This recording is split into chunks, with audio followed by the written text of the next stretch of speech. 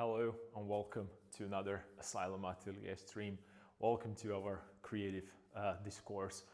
Welcome to my studio. I don't really want to see. This is again in my way. Sometimes I look at the screen and what's really annoys me. First of all, my tripod fell, so everything is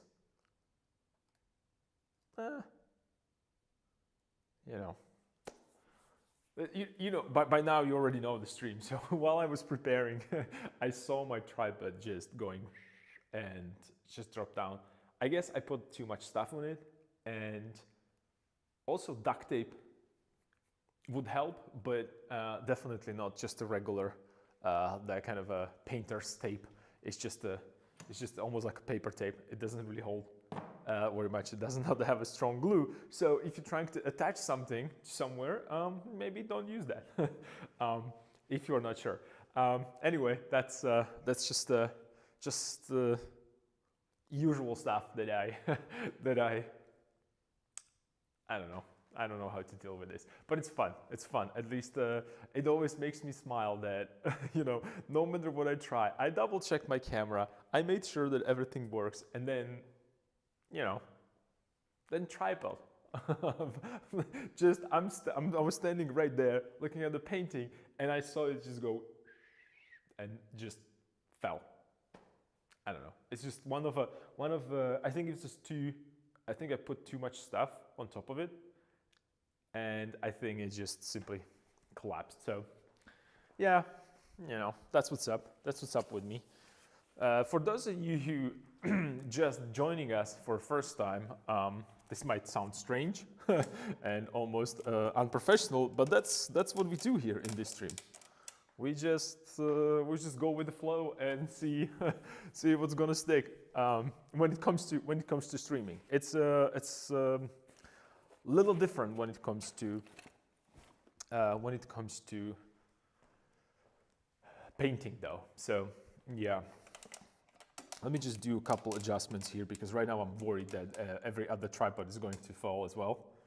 And last thing that you want is just your tripod all falling. Because I use these tripods, that's interesting, because I use these tripods for, pochade box. I have a box like this. This is my favorite thing, actually. This is just a random video about equipment. This is my favorite thing, my favorite pochade box. I don't want to do any endorsement to anybody. But this is actually, I have to say that this is the first thing that I bought with money that I earned making art. And you can see it has been around for a while. It has 10 years. It's a custom made. It's 10, maybe even more years ago while I ordered and purchased it, and that time it was already magnetic, so everything is like a magnet.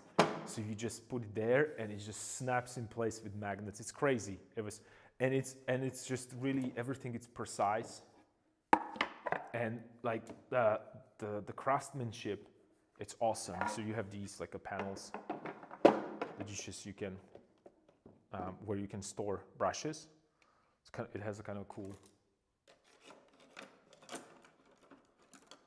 area, so you can load them like this here, and then you lock it, and it's fine, and they're safe and stored there, and you're not gonna destroy anything. There are also another part of these little parts on the side.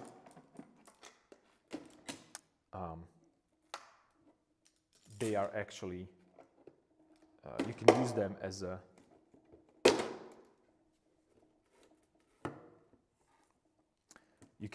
as a wings, so-called. You can just attach them here, and again, they're attaching only just put it there, clip it, and that's it, and it stays there, and you have left and right side. And then the cool stuff, again, here there are magnets here as well. I think that you can see it here. So this is all magnetic, so I can move it to whatever size I want, and then it can extend higher up. I don't think that you can see it. This is how it looks.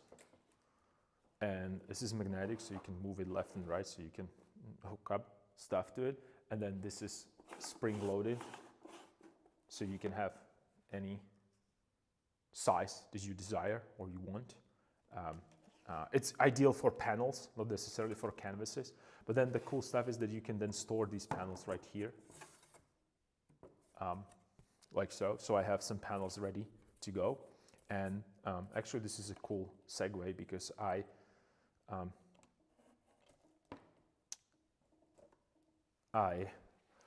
wanted to show you just a little light wash of a pigment that I put on the white canvas when I go outside to paint landscapes or whatever I do, only because I want to get rid of that very, very strong white value.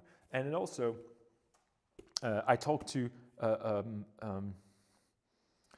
about this yesterday about these transparencies, and by doing this, adding more and more layers of a transparent pigment, your shadows are going to get darker. So going back to yesterday, actually, using just a light wash will give you also a kind of a nice base tone, and depends on how dark your value is here. You can just decide whether it's going to be mid-tone or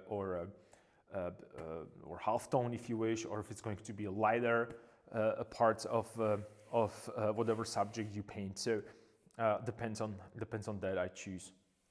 Depends on that I prefer to choose the value of my ground. Usually I recommend to do very light value, not the dark mid-tones, only because of that idea of light going through the pigments, hitting the white reflected surface, almost like, because white reflects a lot of color, a lot of light, I'm sorry, and then light that bounces off of that white underpainting, then goes back through the colors again. So that's when that beautiful transparency really can shine. And the darker the value underneath your light pigments, plus the time, the colors are going to fade a little bit. So your painting is going to get even darker over time if you have a dark background. That's why I don't like to work with really, really dark backgrounds. This is probably like an ideal. If just for comparison, so we would have a white page, and you can see, I mean, on its own, this looks pretty light, right? Well, guess what? It's just you see how different it is on the camera, and when the camera adjusts, right? So this doesn't look that dark, but check it out. I mean, it is pretty dark already. And when you're looking at it like this, it doesn't even feel dark, and it doesn't even feel that dark. But trust me, it is dark. So this is how and using piece of the white paper, it's always good, even with your painting, to check that how brighter you can go. I mean, seriously, let's get real. How much more lighter I can get in all these areas right here before hitting a pure white, because we can mix white, right? Or we have titanium white, so that's our lightest pigment. So starting on the bright canvas that it's blank and it's white as a base, it's really, really difficult, because you don't really want to go into these dark values of the shadows. So I would definitely check this out. Let me give some. I see that wet carrier part as well. Indeed, yep. I usually do, especially when I outdoor, because the white canvas will definitely blind me. Indoor will. It depends on how spontaneous I am. I need to make it in the habit though. And here's the thing: if you and I mentioned that you can do this because this is again that part of the shelf, but it was cut, right? So I have that shelf. It's the same material. It's just you know, cut to smaller pieces. And please don't cut your shelves at home. That's not what I'm saying. It's just me being predominantly a painter. I can't do it because I don't need the shelves. You need shelves, people. I need canvases or boards to paint on. So I do this. Anyway, the reason why I'm talking about this awesome Pashad box is because the tripods, they just got destroyed. So I have this beautiful kind of a space, and also you might think that, oh, that's just one size, but you couldn't be further away from the truth, because it has again like a little gizmo or divider, and I can actually again magnetically change the size, depends like these standard sizes that I want. I actually went a little further and I add a little bit more of a like an improvised wood there, which I stapled there, so I can extend the range and I can have a, so you can, you know, this is an awesome piece of equipment. I love it so much, and the reason why I like it so much, not only that, you know, you can carry a couple boards here, two for sure, you know, two for sure. One you can have here and one can be on this side if you really need to. But the cool part is that hinges are, they are really, they're not going to move. I mean, you can move it, but you can use a really significant amount of strength, so they always stays in place, right? So I can work back and forth with it. And the reason why I really liked it, because it has a standard kind of a pin that you can hook to a standardized tripod head, which is awesome. Because if I want to work on the table, or I'm working on a, I don't know, like a, let's say that it's a bridge and it has these rails, the thick rails, so I can put it there and I can work directly, or I can put it on the tripod. And the tripod could be, you know, like this small. You can get these really compact carbon fiber, really lightweight, and you can travel all over the world with this. And you don't need anything else. Actually, I never needed anything else but this with small sketches. And for a long time, this was my actually main even easel and main palette when it comes to painting. So yeah, pretty cool Pashad box. I love it so much. It was one of it's probably the best investments that I did with money that I earned by painting, or actually this was money that I earned by teaching rather than painting, or actually together. Who cares? So my tripod. I hope it's okay. I hope it's not going to fall. And it will, because this tripod should have actually, it's a heavy duty one. It should support TV. I don't know if I put TV on that. Anyway, so welcome back to stream about this Frankenstein of a painting that I've been working on for a while alongside you. And yesterday I was talking about that movement and the design and what would Rembrandt do. And today I would like to continue with improving these designs. And when I say improving these designs, I hinted it actually yesterday a little bit when I was working with a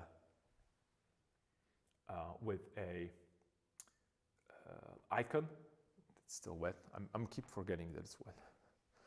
When I was working with that icon, a piece a little bit, only because I wanted to have the feeling that it's linked together, these portraits, and I want to work with distances between them in terms of depth, the z-axis, right? So as deep as I go. So I talked about this, and this right now really stands out against these background portraits. So when I said that I need to improve design, I need to improve design of this icon. I need to improve the design of this head. I have to design better this head. Also, I want to make him walk nicely, because I feel when I was looking, and again, I start streaming at noon till 4, but I come to studio at 8, and I'm working. It's like a preparation for painting. I'm thinking about what that need to be adjusted.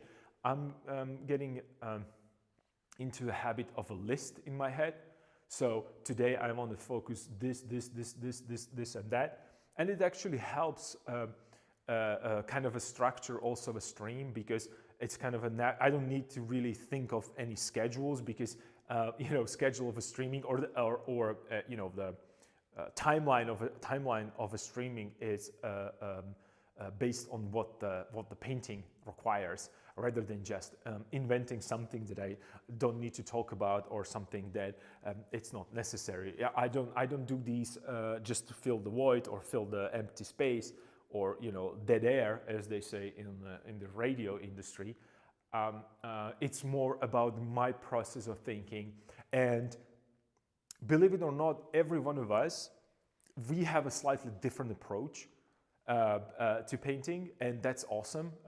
And I highly encourage that with my fellow painters, and also students and classmates, and another artists, because that's what makes it really exciting to see these differences, different approaches, different ideas, different creative solutions.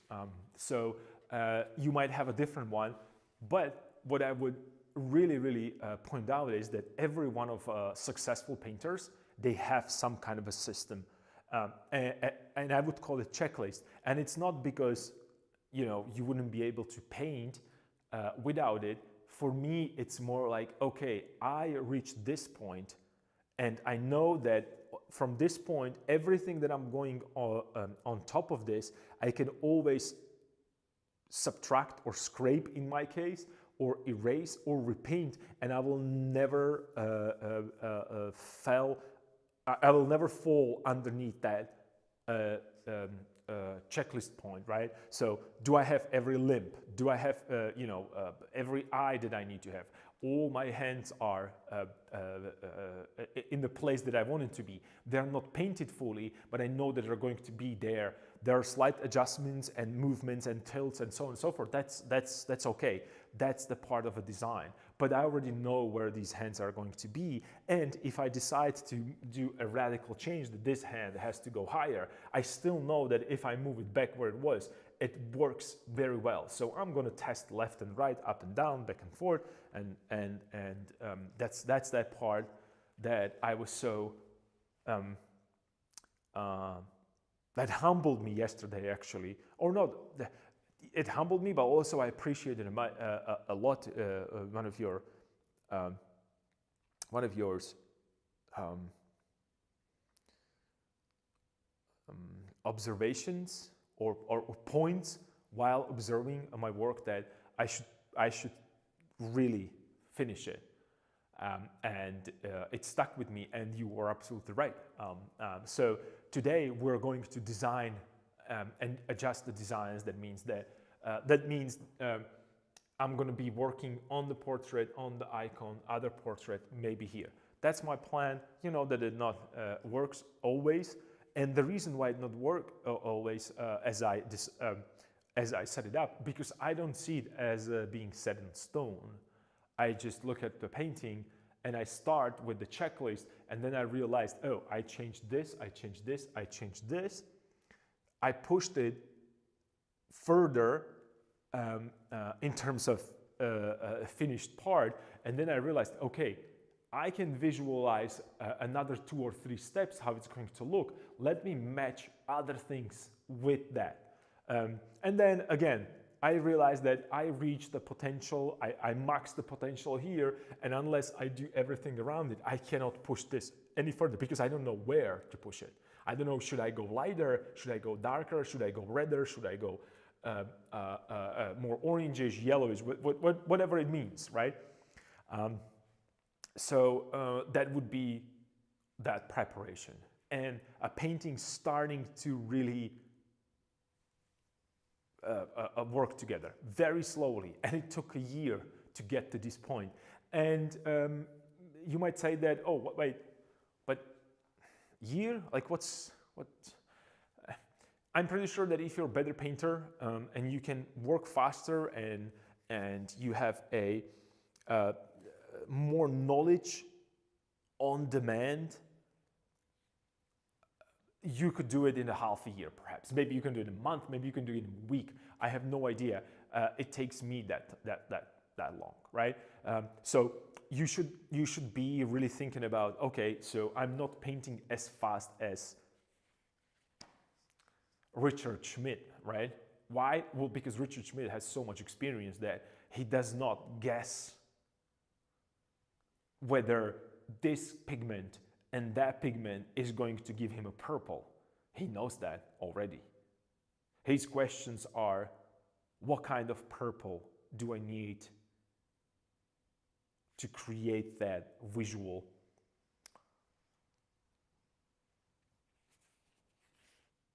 I won't say illusion because it is illusion. That picture and communicate feelings or emotions or temperatures or whatever in that particular painting he wanted to achieve. So that's just a quick beginning, and also kind of catching you up on what's happening right now with the painting, with this Frankenstein monstrosity of a painting, I shall call it. It's kind of fun. I like it to call it Frankenstein. I broke a cutting board.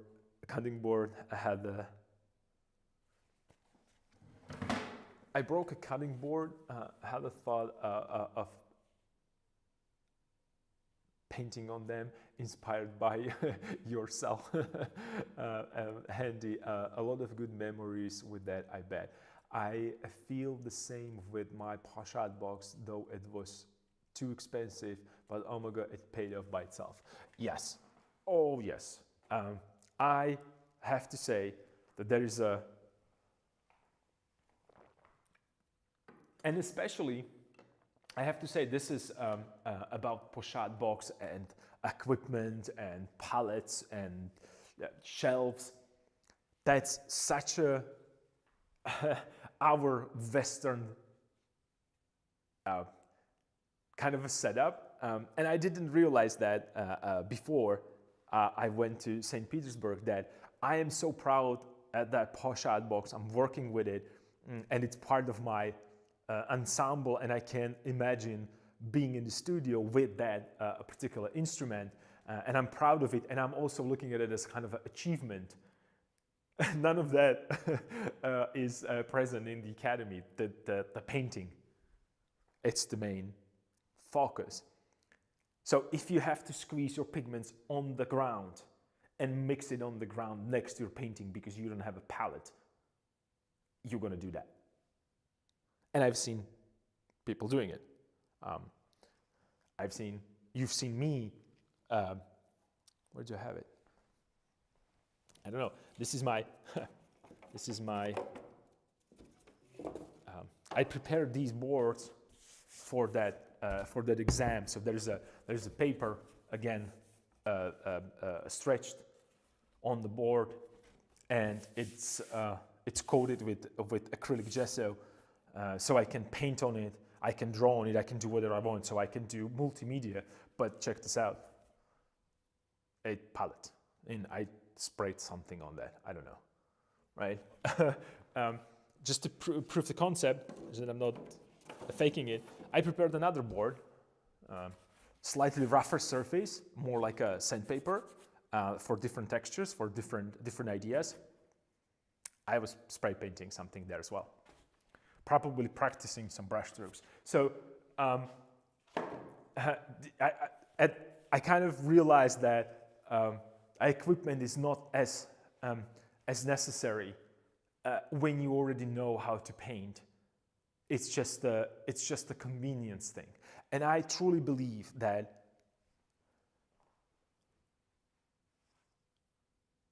students should have the best tools and the best pigments so they can study without these shortcuts, or how to put this, with these, I don't know,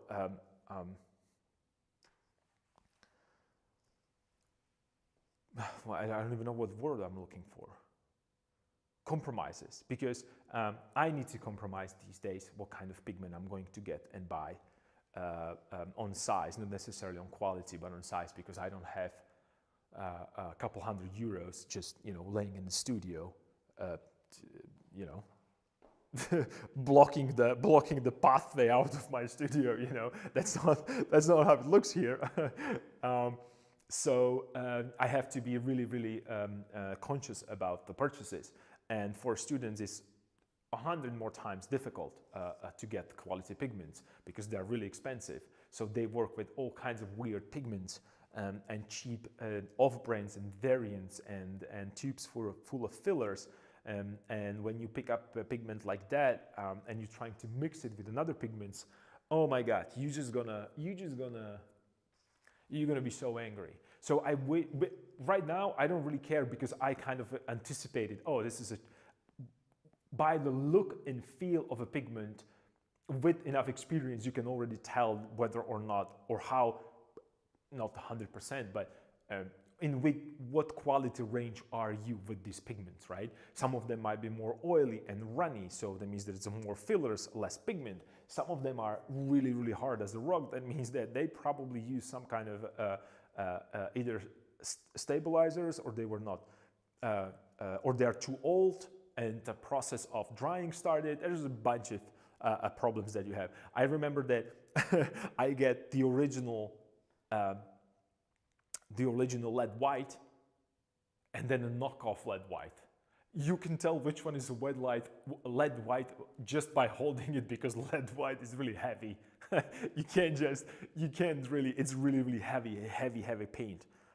Twice or three times even that heaviness that you're used to by holding a regular tube of paint, right? So I wish that students have that, the best brushes, most expensive pigments, the best surfaces. So, because trying to learn how to paint, it's difficult on its own.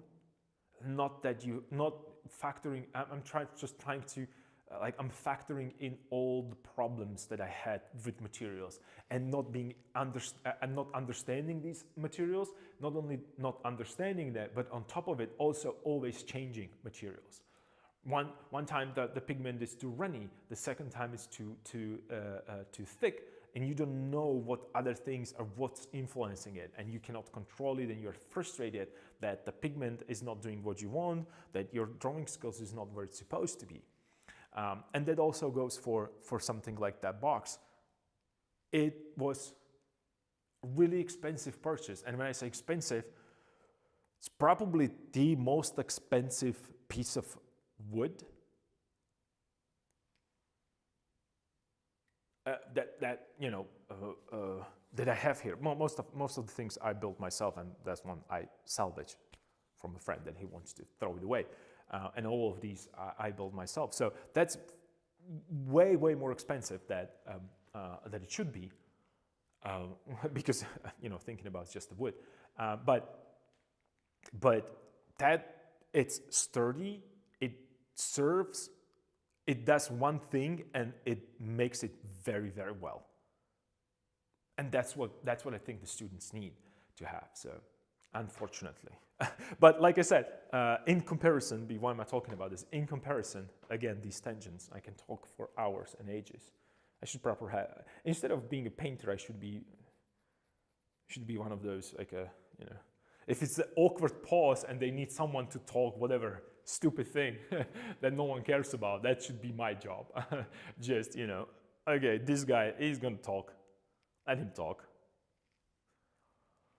All right. I agree. All right, that's perfect. You can't script this app. I agree. Of course you agree. It's perfect. I should. This is the this is the best thing about live interaction. Oh, and I found the razor blade. It's underneath the brush because I will need it today. All right, tea is ready. Let me just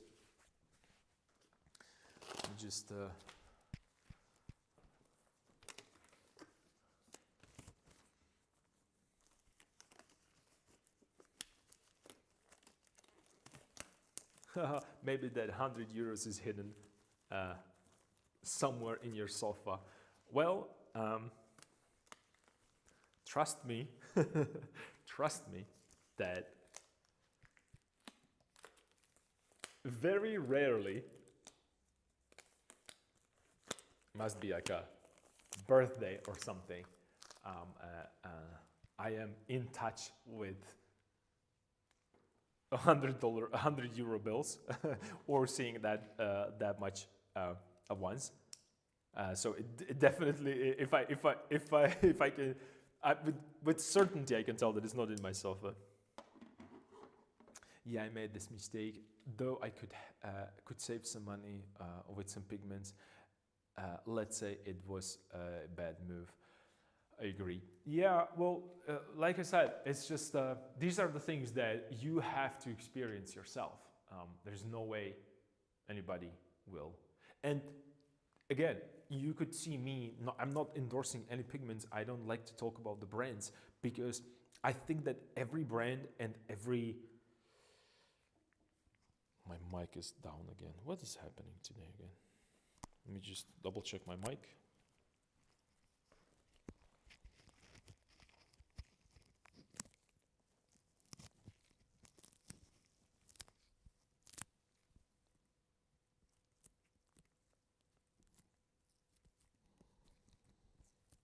I'm sorry, I'm just trying to fix the mic issue.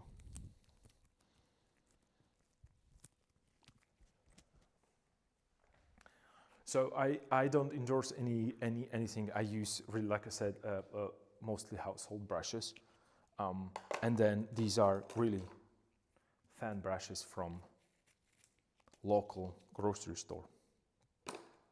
So, right. Because every one of these brushes or tools or instruments, they have purpose. And I want to utilize that purpose. Otherwise, they don't need to be on my palette. And you see me using razor blades, this little gizmo, which is for like actual wall painters, and scraper. And also this is like a, what is it? Washer, I think it's called. So let's get to painting. Let's not delve into a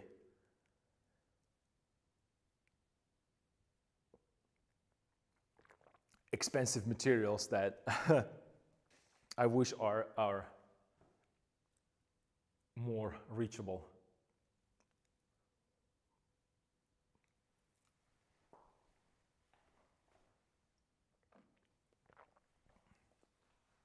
Okay, so I mentioned that I want to do these adjustments. So let me turn on my digital library and let's see what I can.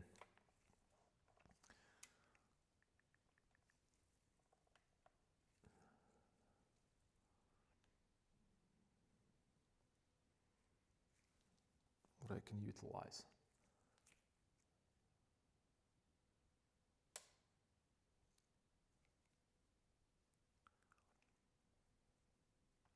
Meanwhile, I'm searching through again.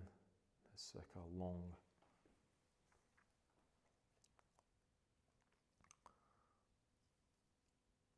Like a big file with random stuff. Tomorrow, I was planning on streaming as usual.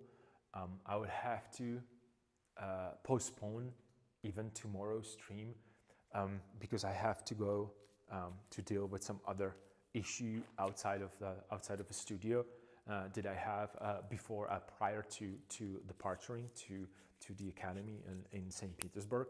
So tomorrow I cannot promise, but if I start, it probably would be in the second half, so somewhere around 2 p.m. Central European time. So yeah, if I'm not going to be here tomorrow, my apologies. It just show up. I thought that I'll be able to do it before noon, so I could maybe wake up early morning around 4, get there by 8, and be back by noon. But that's not possible. So tomorrow and Friday I'm not going to be able to stream probably, but we're going to work a Saturday for sure. And also tomorrow it's not 100%. Maybe we could do some kind of an evening digital stuff. That would be cool. If I'll arrive in reasonable hours. So that's something that I actually wanted to mention. And I will post this on Twitter as well, just in case, because I think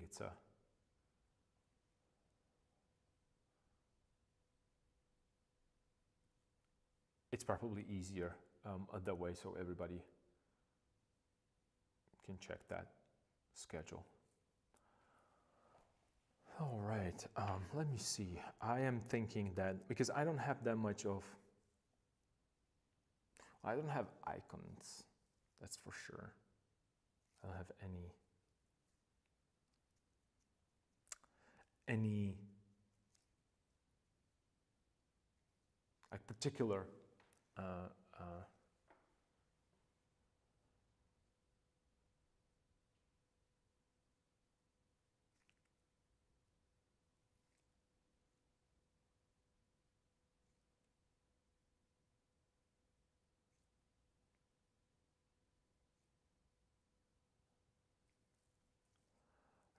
maybe I could use this, maybe. So I have an icon there.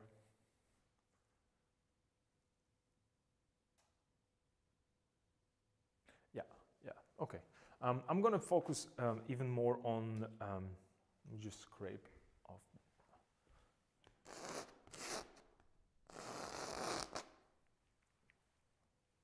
A little bit of excess pigment there. And the reason is because I want to create a little bit more complex.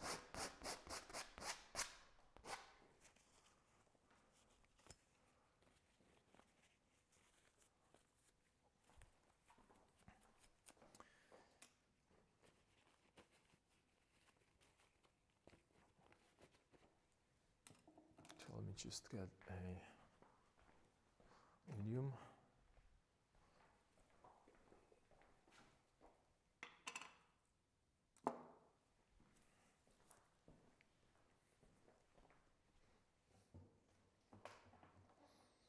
I'm already painting. I'm trying to get rid of the whiteness because it's bugging me. Yeah, I can imagine that it's annoying slightly. And it was at the stage where I feel ready to paint with colors anyway. No worries, I have stuff I have to do for a gallery that I am postponing, so that's good timing. Okay, that sounds good to me. Okay, yeah, well, so that's cool. That's not going to affect our bottom line, which is awesome. What I'm thinking right now, though, I quickly glance, and maybe I could work a little bit here, because I think this edge is kind of undefined, and I'm looking at icon. I'm looking at, well, the reason why I'm looking here, because I look at the icon, I look at the portrait right here, portrait here. These are all kind of in the position where I want them to be, but I am not sure if the position of the head is going to nicely fit to a position of a body, right? So I should probably look into the body a little bit, maybe correct the foot in the back. That would be something to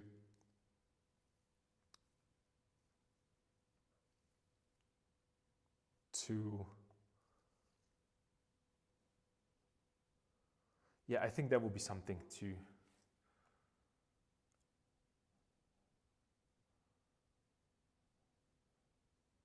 would like to explore that. That's what I'm trying to say before moving anywhere else. So do I have?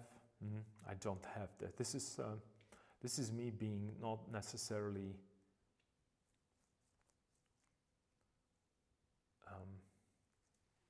Well, maybe we can wing it. Maybe we can wing it.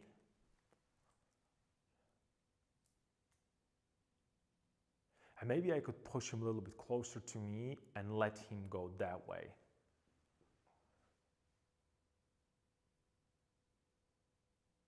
Because I'm feeling too much of the same. You see, like this is a problem that I have this portrait, also this portrait, and this portrait, and this portrait, almost looking the same direction. And it's kind of bugging me, because it's they should be there should be little twist, little change, little something. So maybe I could do that. Maybe I could create a shoulder, could go a little bit more. Let me just go into it right away. And well,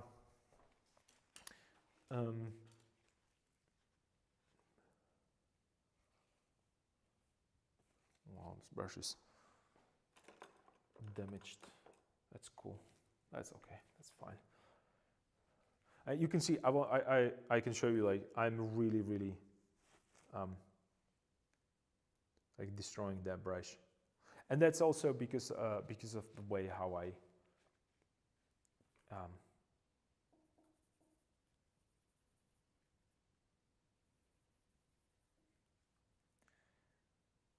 how I use them. It's not because I wouldn't care of them. It's just the way how I scratch the brush on the surface, and also using a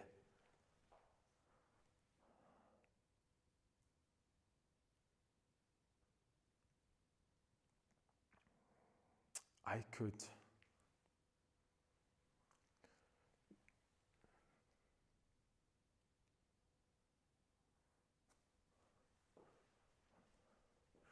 and you might be thinking, like, oh man, you were using a straight bright red for drawing.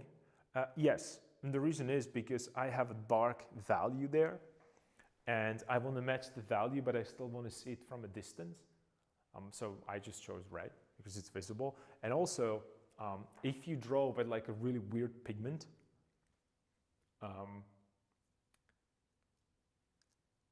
then I tend to force the. I don't want to hit the shoulder on the same side, the same height.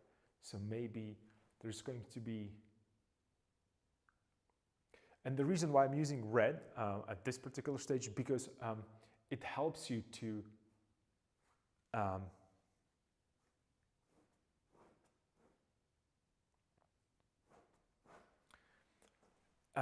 it forces you to cover it, because it does not belong there, right? And it's forcing you also then not painting in between the lines, because there is no business for this red line right here, so I have to paint over it. So if you have a problem or you struggle with this kind of a situation, and what about, I have, okay, crazy idea, hear me out. What if I push this way right here? Yeah, yes, that could work. And then, because I want to connect them, I don't want between them to be such a harsh. And it also, the light gap right here would help with this diagonal, but it's not going to be, I need a connection there. So yeah, this could work. Let me actually grab a bigger brush.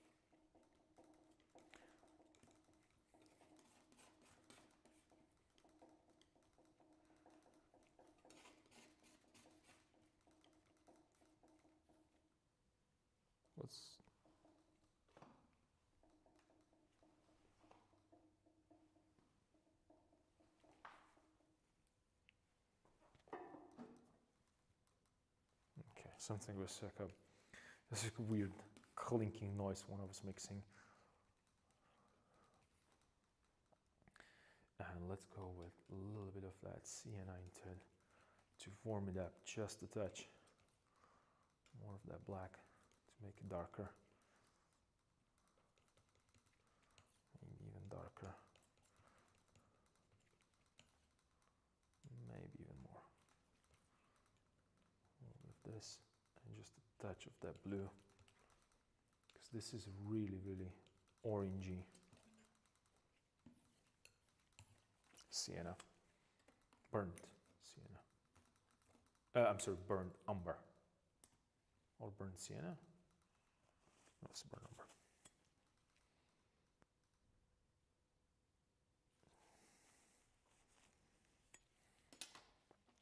Burnt umber.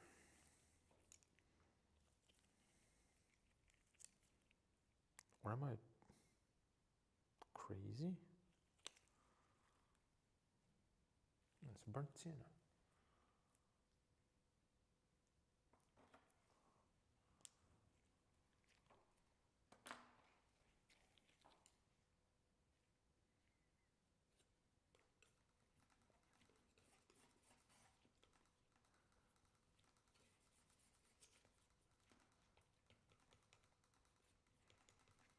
And what I'm doing right now, I'm trying to match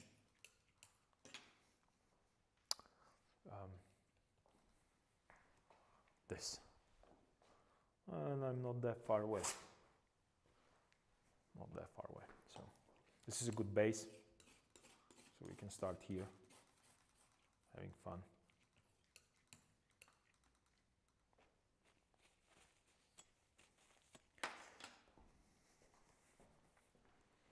Also, I need my trash can.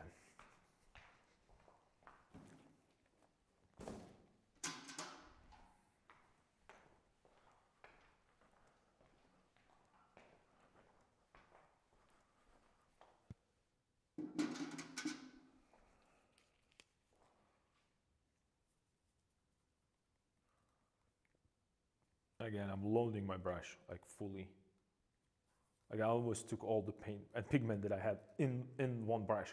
So when you think about the amount of paint that I use, it is really,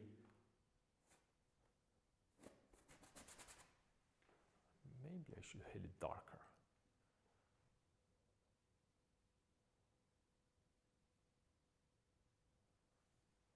It could go darker. But then again, I'm just going to darken everything. Okay, maybe a little bit, just a touch.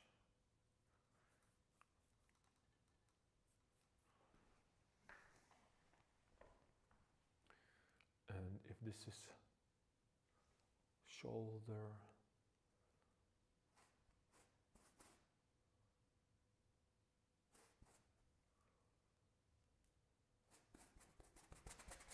And that it could be this way.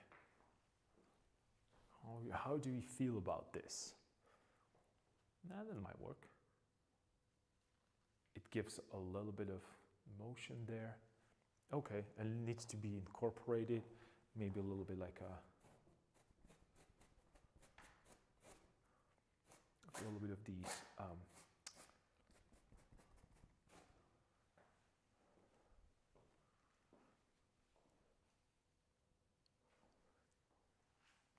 but of course I'm just pushing it right now here, but this needs to be behind, right?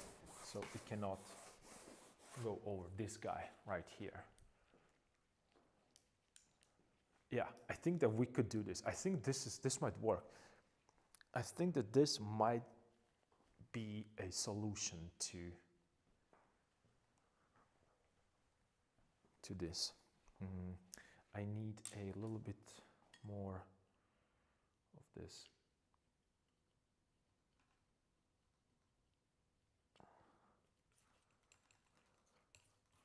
Fast drying raw umber into it. Yeah, because it has like a little bit of that kind of a greenish tint to it, and I need to be a little bit more greener because I want to incorporate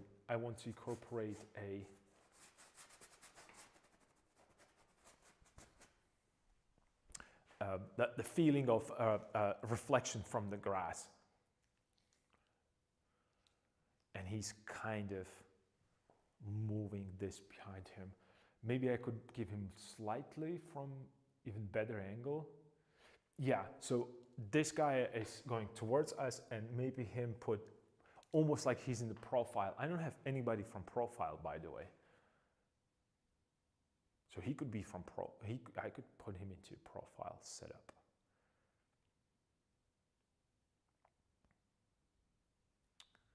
That might actually work. So he's going to be here, this way.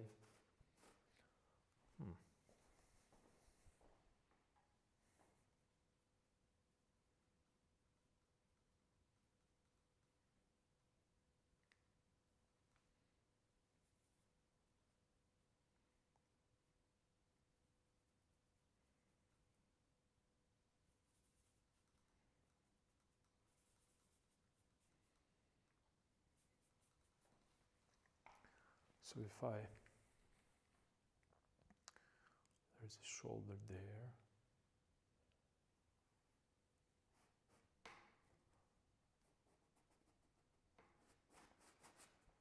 Softer here.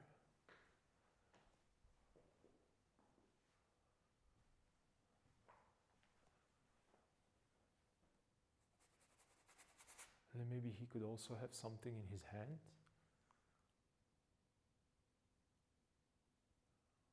Or maybe nothing, just a hand, like the motion of walking. Yeah, so I cover the hands there. Here's a hand, there's.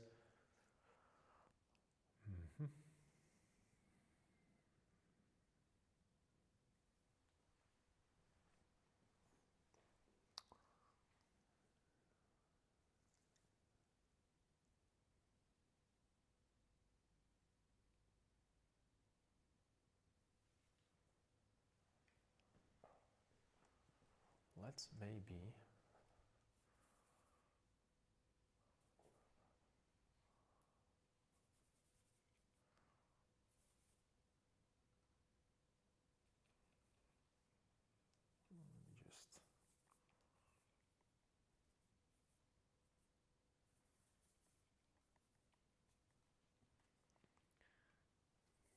just do some quick adjustments. And the reason why this is so dark is because I already have a pigment right here, so it's going to mix together. So this is where, yeah, this is where I can hit his. It could go down like this, right? And then we could create a little nice kind of a So I see a little bit of underneath from behind of that fabric, right? Yeah, I don't think I have that kind of a application there. A little bit of here, just a touch on this side, and then maybe it could be, I don't know, in the shadow parts. Right now I'm just having fun. I just want to see a little bit of flow. And you can see like it's starting to be a little bit, it's starting to get a little bit of a movement, right? It's not as static.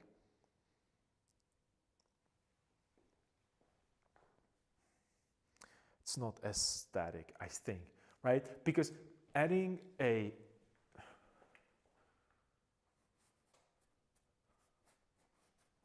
little bit of different shape and some directional lines that kind of quickly, just with the touches, slightly resembles or, feel like a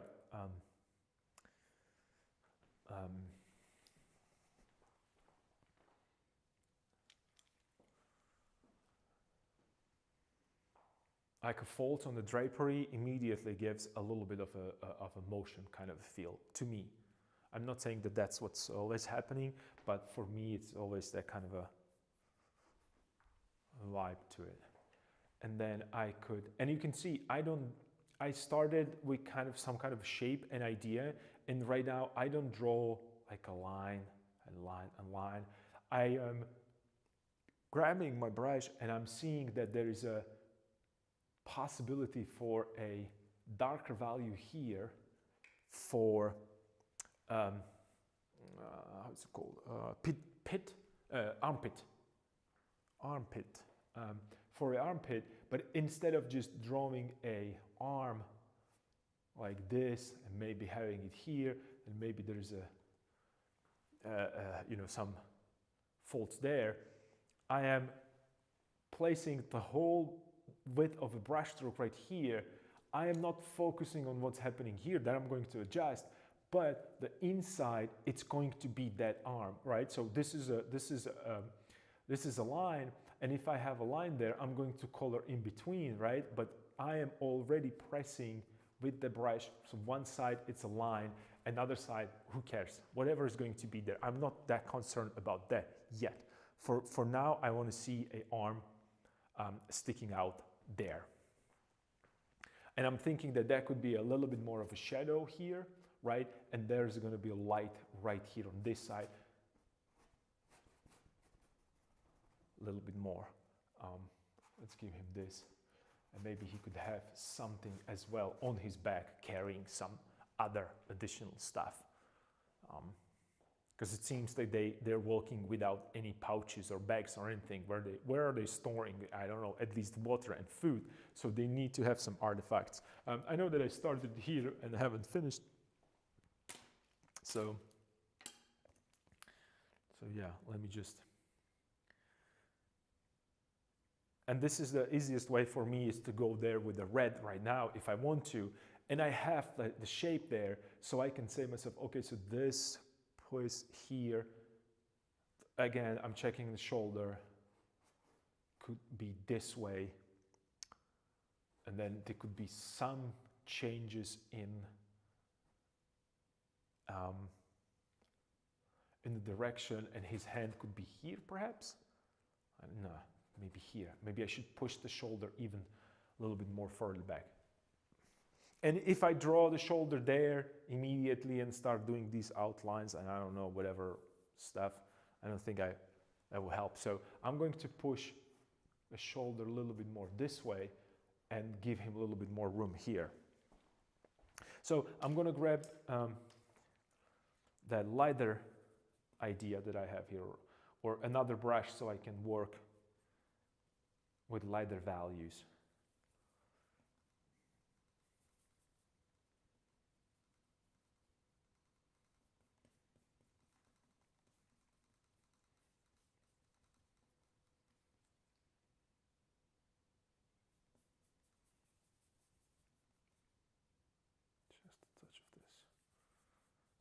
And a little bit of that blue there.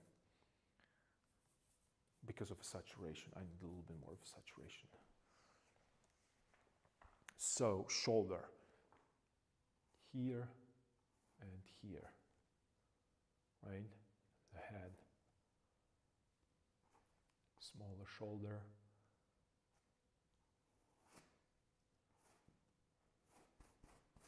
and this is where the arm could actually exist, right there. Maybe more this way, and then little angle here. And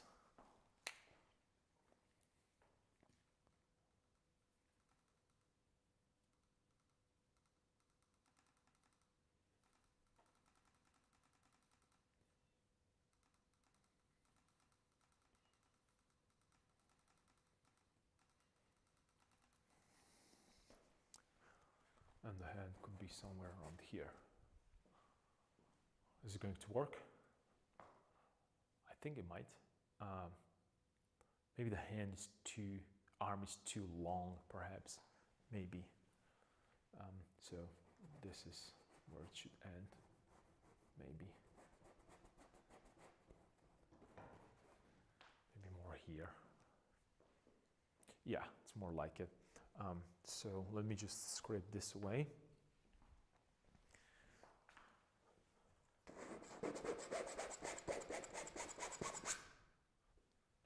Ooh.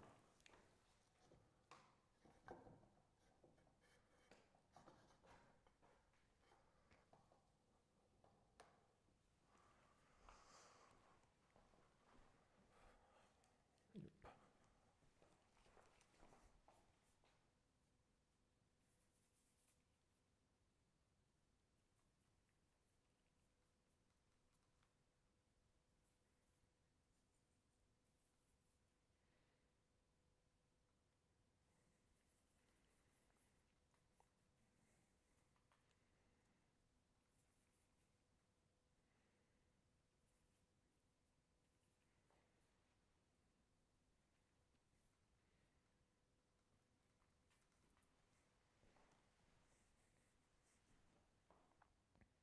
So I could maybe cut it here. Cool. And then we could create like these folds. Maybe here could be one, and then I could maybe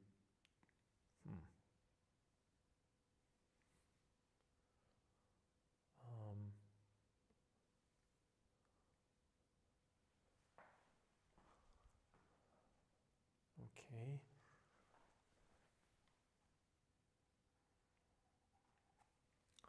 There's going to be a foot. Do I have a foot like this? No, I don't. All right, cool. And it's going to be a little bit more this way. Yeah. Maybe I can drop this a little bit even lower, maybe.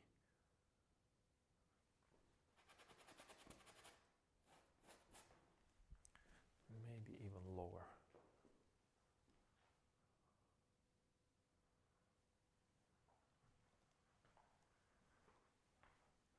And maybe I could adjust this a little bit. So here, and then it's going to go up, and then it's going to go back.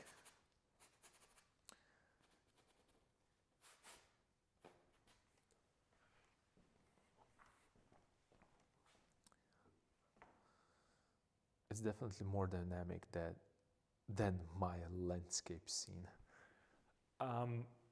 Well, are you referring to the last picture that you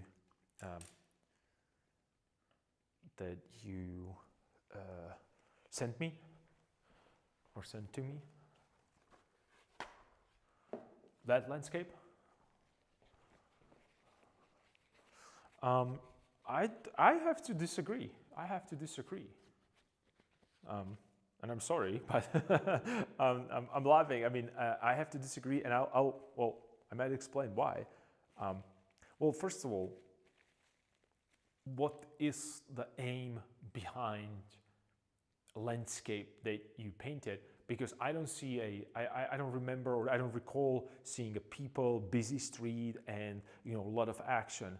I see a little bit calmer, nicely cropped and focused to that beautiful windmill. I wouldn't. I have to. I disagree. I disagree.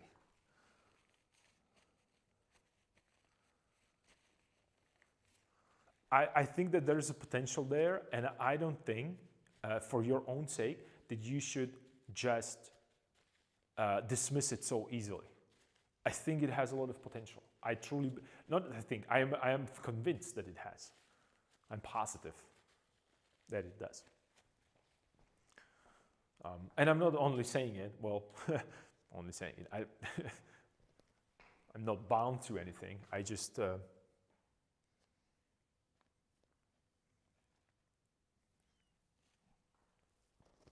what is happening with my microphone? Just give me a second. I'll adjust it one more time, because this is just ridiculous. It's getting annoying. Just a sec.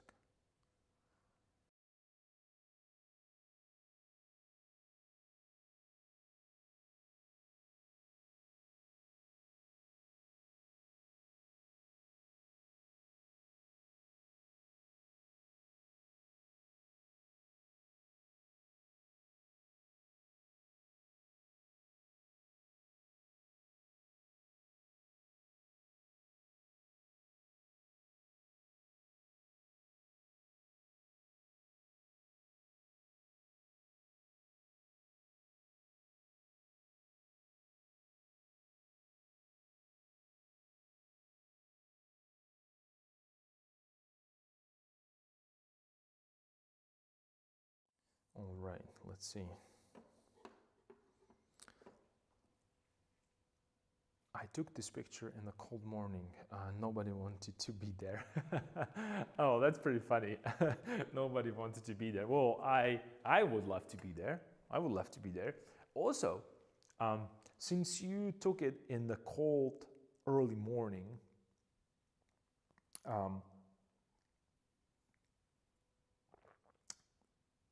why did you decide to do scorching hot imprimatura for cold morning scene? It interests me, and this is for not only a question for you, but for everyone who's actually interested in these experiments. Why? Because I would go immediately into a blue, like an old school Monet, because that would kind of, on that white canvas, the blueness immediately would just cool every other color down. Because if you start with a warm color, like super warm color, you're not gonna go all the way to a cool one. You're gonna use neutral, and they're gonna look very, very cool and cold and almost like an alien to a picture. Whereas when I start with a very cold shadows, I would go with ultramarine or cobalt blue, or my,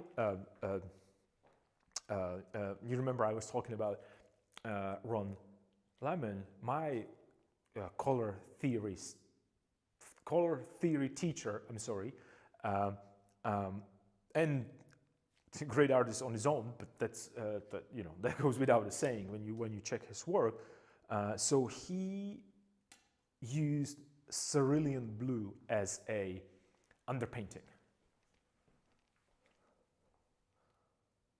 I think it's because I'm so ready for spring. I'm tired of cold winter, and I'm hoping that neutralizing that fiery colors will give it cool effect.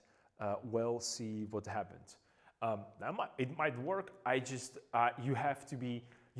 well, here's the thing. I'm pretty sure that it's possible. That goes without saying. But speaking from my own bias, I wouldn't be able to cool it down as much as it needs to be, I think. And if you can manage it and really, really, really cool it down and neutralize it, it would be awesome. I wouldn't go into this predicament because of my visual bias. It's probably the easiest way for me to explain this.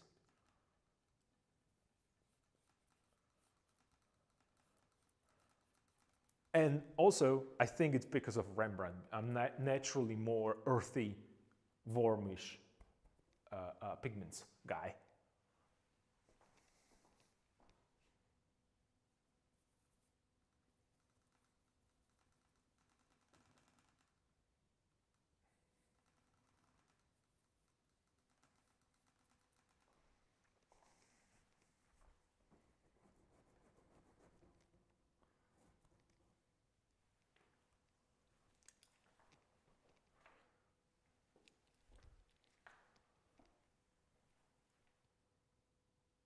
Ooh. Yep. So I could actually, all right, now we're cooking with gas. Where do I have, I need this.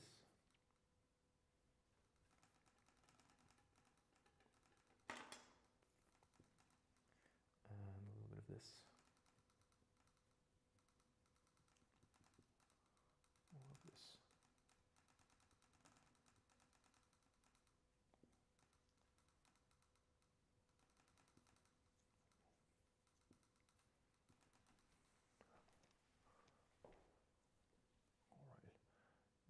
Maybe touch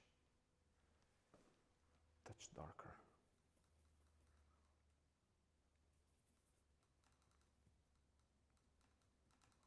Let's neutralize it just a touch.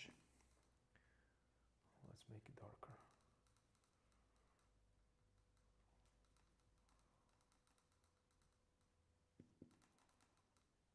Maybe too dark, too neutral.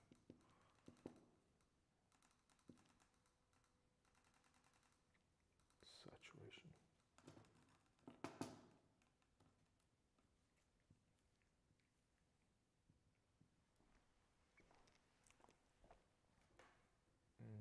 Too warm. I need to clean my brush because it's just loaded with another pigment.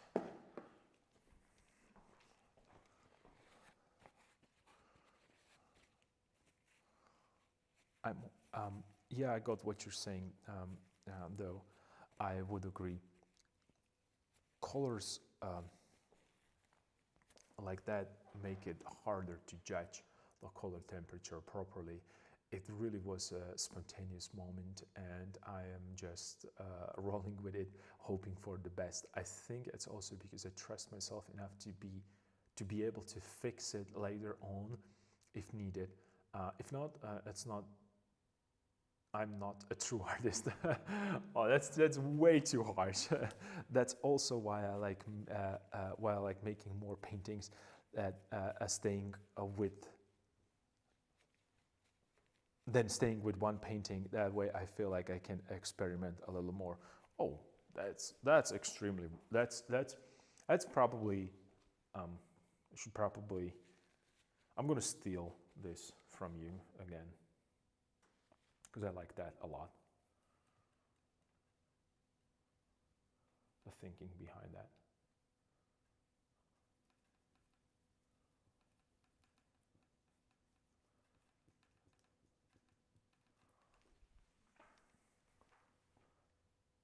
Oh, got it. After 3 mixtures, and hear me out. I mixed this, then I went here, and I thought that this is a proper blue. Like, look how off I was. So I have to be very careful with my mixtures. I know that's a. I don't want to say that it's a heel of Achilles of mine, but I am aware of this, so I have to make sure that I am.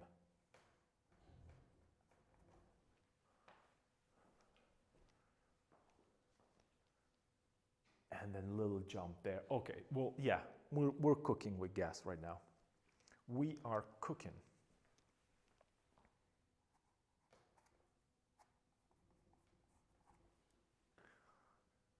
Yep, maybe even lower, and then where do I have the, so I don't, so I'm not hitting the same points. I have a point right here, I have a point right here, point right there.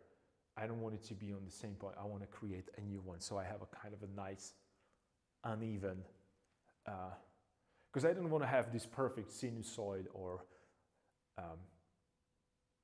like a like a symbol of a wavelength, right? So it's just kind of moving and flowing.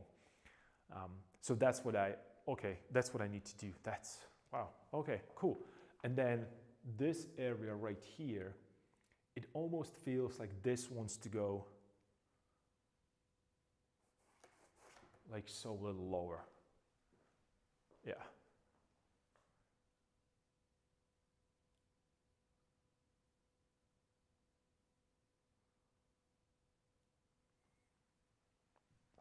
And that would give me a chance to get rid of this. Right here, which I mentioned previously, that I didn't like to go this way with it, but I think it's better for a composition to have it this way. And also, maybe I could bring a little bit of kind of like, again, little pieces are showing through, peeking, so it's going to help to bring the attention that, yeah, it's starting, yep, it's starting to work better. And not better, it's just a design within a design. We have a main idea ready, and right now I have to make sure that it works. And also, check this out, like how absolutely, like how crazy warm everything here in this area is. Like this is a blue pigment right here.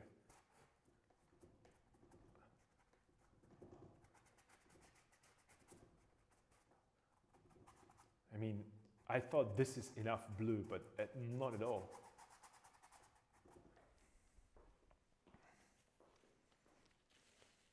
And it's not even the vibrant blue. It's just a little bit of very weak cobalt medium, I think.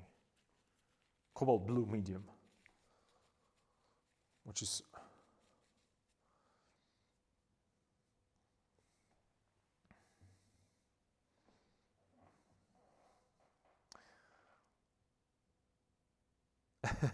that will be €7, please. Still all you want. I really love how your sky looks. A faint blend of blue skies and warm clouds. I like the comment with the €7. Okay, I should. Do you have a? I should probably. What is the joke? Venmo. I can Venmo you, or PayPal. I don't know which is the. It's interesting because when I was in China, everybody was using WeChat for everything, even for paying. I was just like, I'm going to send you money. How? Well, WeChat. Do you have a WeChat? No, I don't. And you would be surprised you could pay with the WeChat in China. I didn't know that.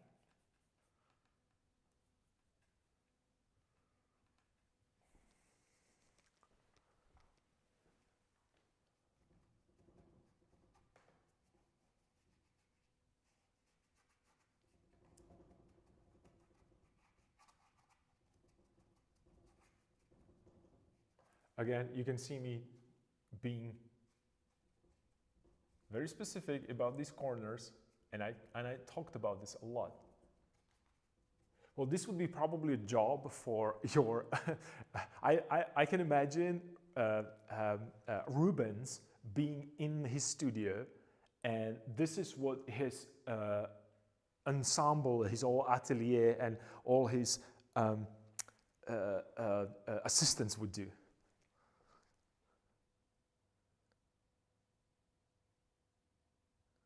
I usually do PayPal. Okay, that was a beautiful sudden hint that you're gonna give me your PayPal information and I can start sending you these euros day by day, probably, because I can't.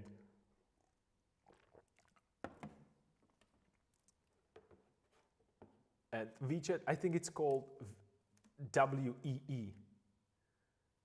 No, it was 100% joke. I know it was joke. I'm sorry, you don't see me laughing, so I just have to show you my face. That it's just I'm really smiling. I'm having fun with that because I love our weird interactions. I think it's called WEE. WeChat like this, I think. Let me double check that. I haven't used it for a while, so WeChat.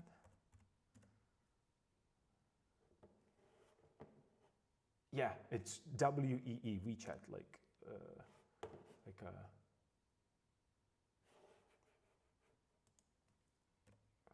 so.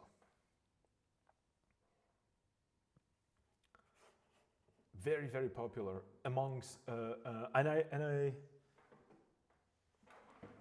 know that, I know about this only because of my Chinese classmates and friends as well. I mean, there's not only classmates, but also friends. And they were always like, dude, everything is on WeChat. I mean, what do you mean? Like a schedule for school? Because, you know, the majority of international students in my year, it was a bigger group of Chinese students, and they also have their Chinese translator available for them. And one of the Chinese student, multiple of them, but one of the Chinese student was not afraid to speak English to me. So my first days in the academy, the year zero, I call it, because it was like a preparation. It was like a Russian language and composition and preparation for exams. So we were existing like a it was other international students, kind of a bridge between what's happening in the administration, because, you know, all the information were posted in Russian language, and I couldn't really decipher everything. So they told me, like, dude, you don't have a WeChat, everything is on WeChat, what are you talking about?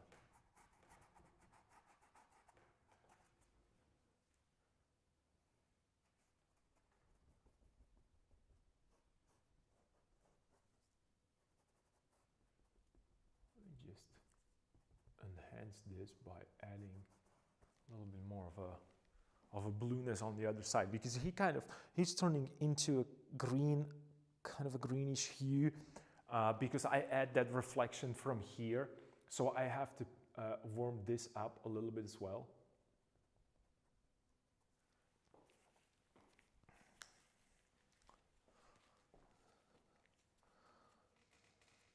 That's nice of them to help you out, though. Yeah, it was. But again, I helped them with something else, because that was my goal. And since, you know, I kind of already knew what's going to happen with a language barrier, because, you know, I used to live in different countries, and I always. I have a, what would you call it? I kind of, everyone that,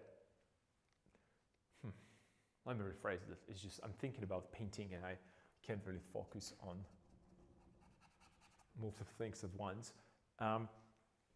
It's just, once you learn one foreign language, it's way easier to learn another. First of all, you already have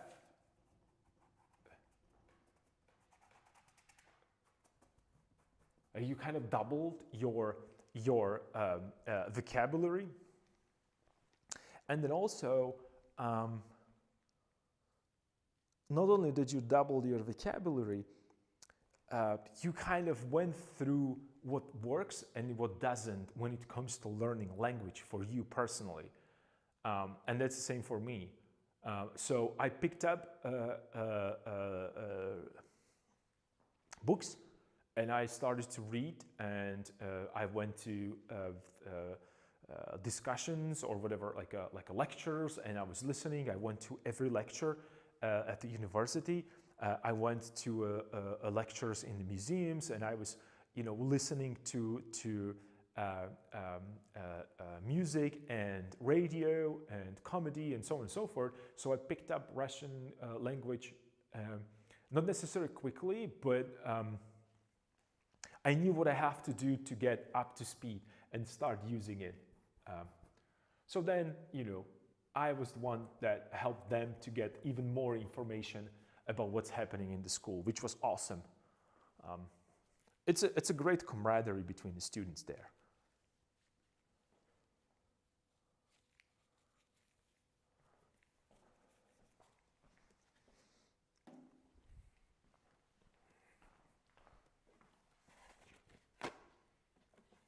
And plus, when you learn English, you're mostly.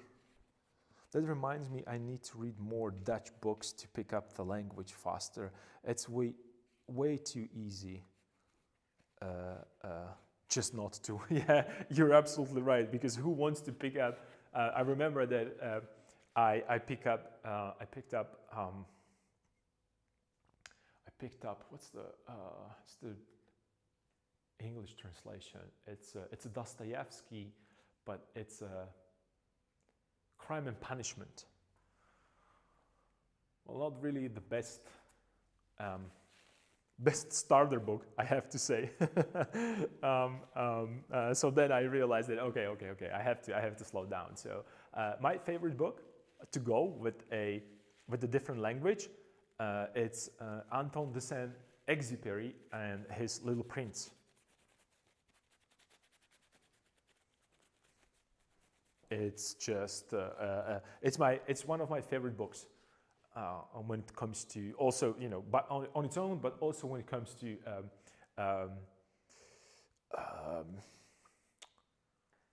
quality,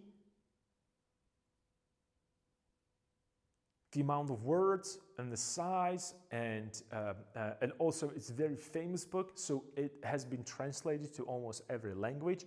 And it was checked and double checked, so you get that accuracy. So that's my go-to, definitely. That's for sure.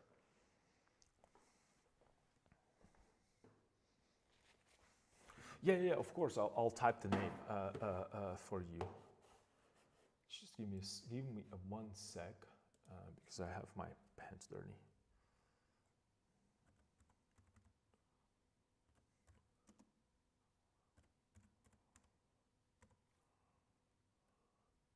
Thanks, you can have your €7 back. Okay, so we are in that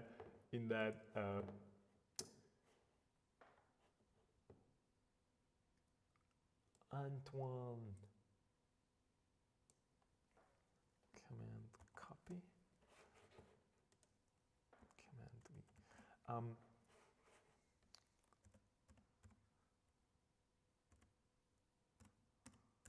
It's a kid's book though, so you have to be, and that's what I would start with. That's my go-to.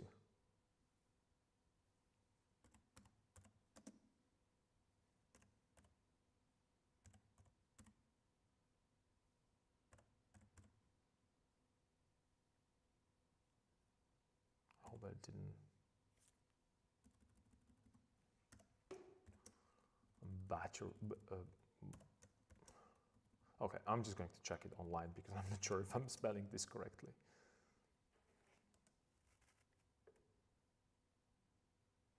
Yeah, I have a few 8 to 10 years old Dutch books I read, perfect for my level at the moment, so who knows, maybe this one is also great.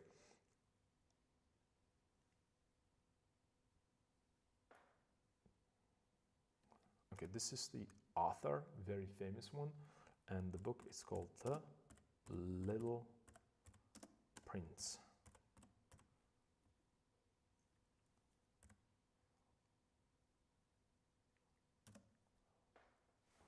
There, right. It's just actually you can sit down and you can read it at once. I think it's not that. It's not that big. I love it. I think it's beautiful. You know what? Let me just move this closer because I need to be closer. So let me move the painting a little closer. Because it's too far away and I can't see. It's just not good light there. Let me just double check that.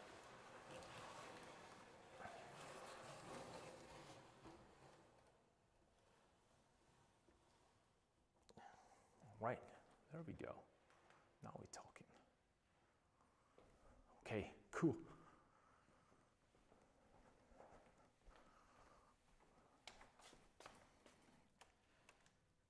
Oops. Not a good idea. Not a good idea.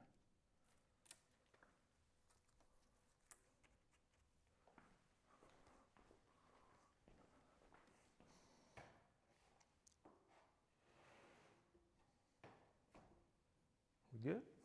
Yeah, we're good. Nice. Found the Dutch version. I'm pretty sure that you can find any version of this.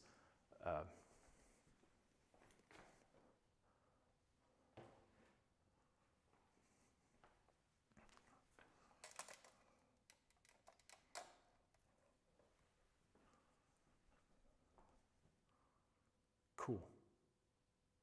All right. So let me continue with this. Cool. So I think, well, the reason.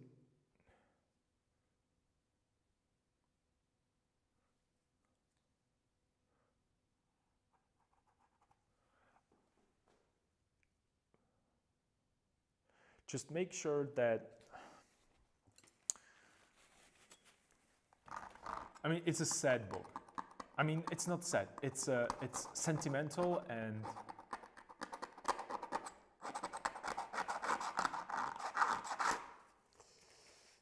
I think because I read it when I was already older, that's why it was sad for me.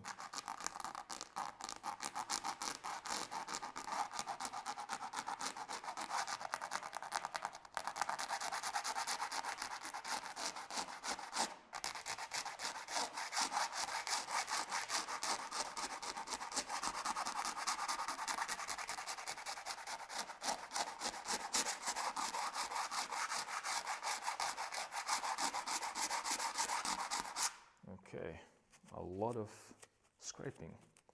See, I created and I painted that portrait there, and it's gonna be gone in a few seconds. And I kind of like that portrait.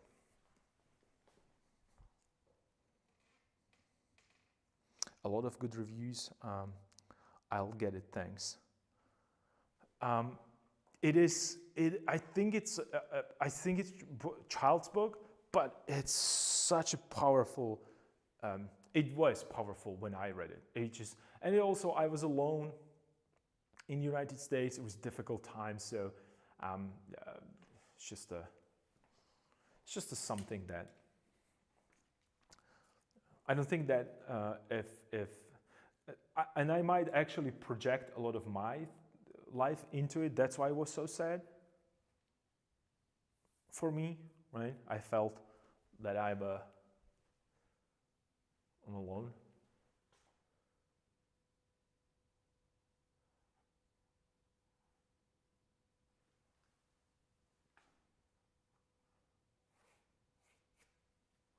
What if can I extend his dress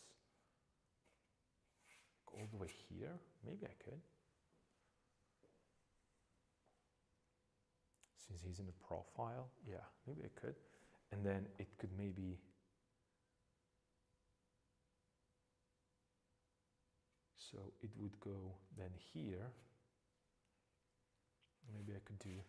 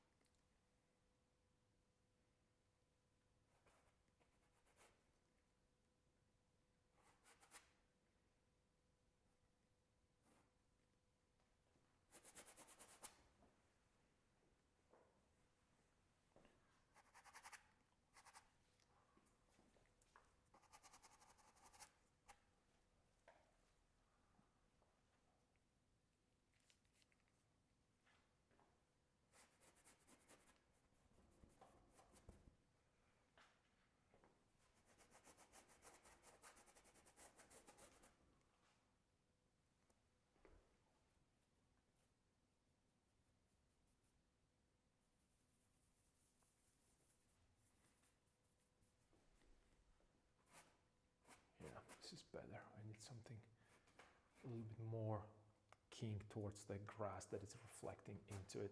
Even though I wanted to get the purple there to create like a kind of a cooler tone, it needs to be a little better.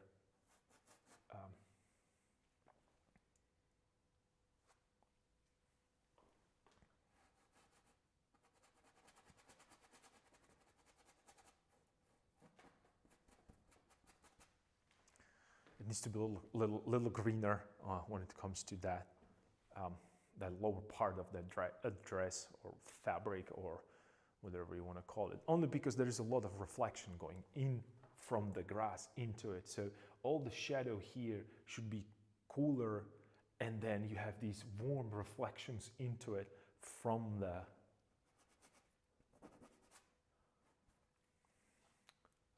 grass.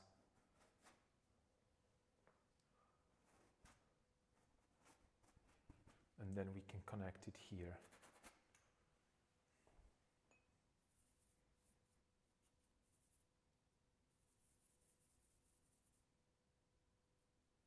Maybe even a little more dark greenish hue there. Yeah, way better. So, and then could go here.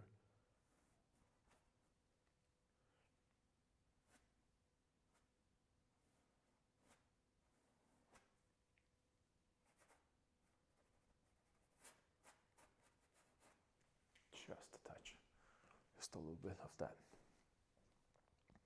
greenness there. All right, and right now I need a little more of this. So it could go so this is a shoulder right here.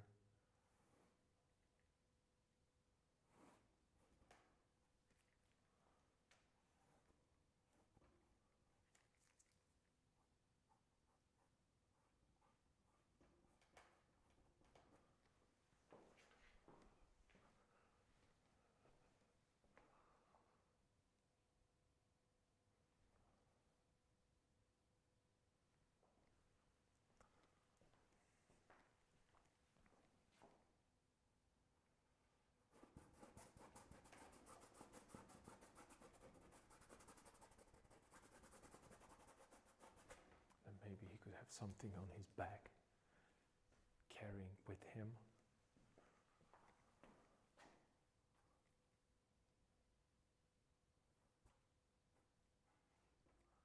And a little bit of a half tone here so I can cut in.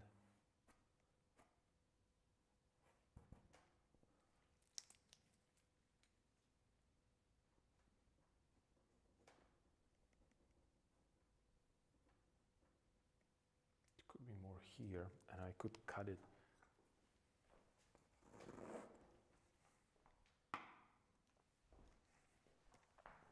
Could cut it there.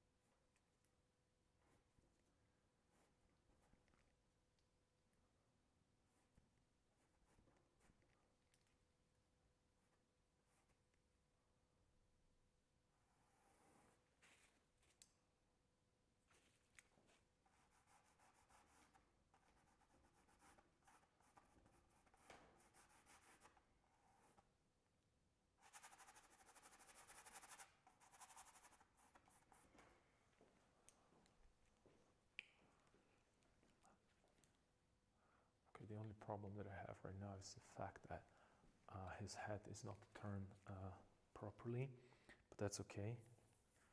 It's all good. It's all good. A little bit of this.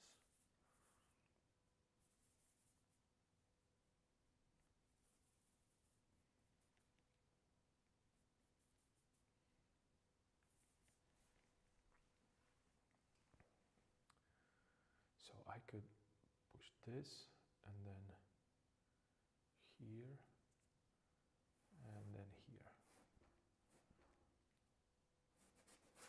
And this could be darker because it's again behind him. So this could be right here. It's kind of going into background, right? That works. And then I need a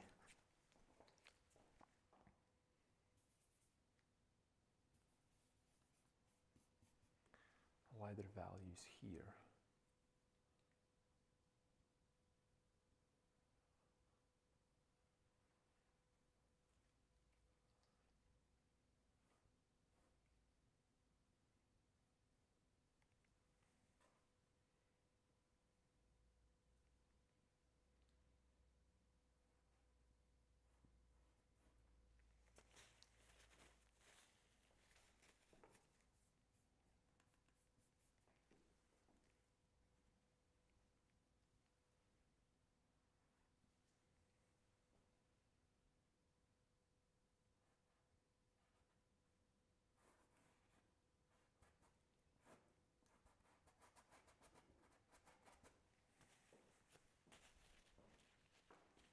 This way here.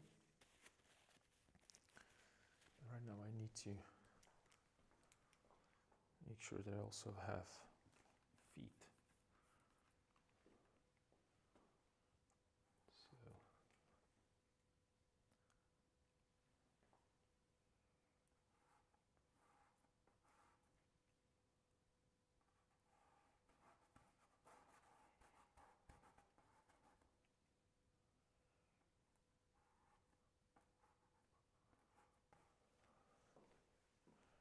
this is where his foot could rest.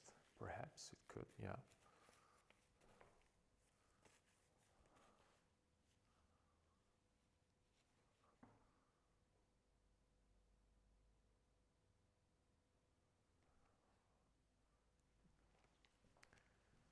Might be a little too big, but that's okay. I need to grab that.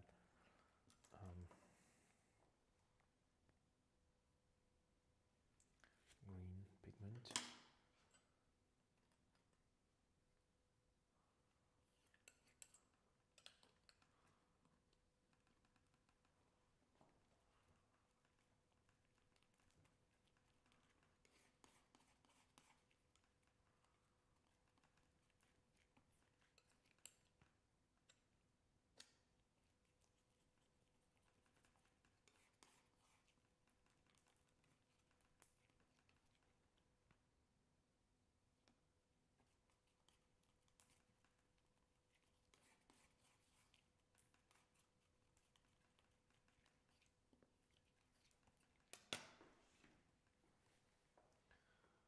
Too light.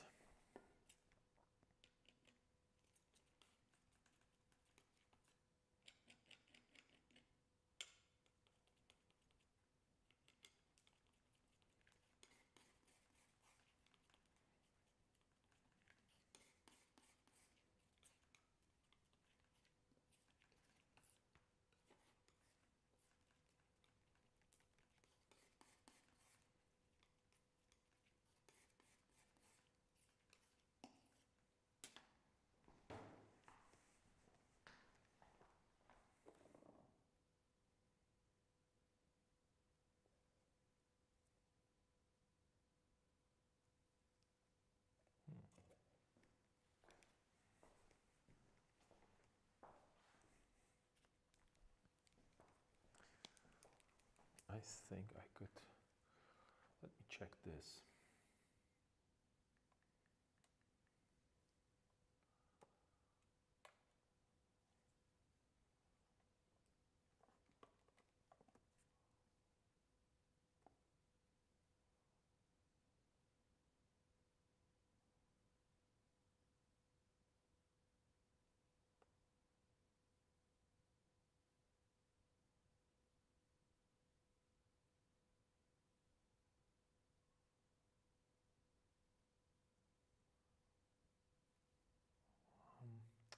I don't think that I can work with this.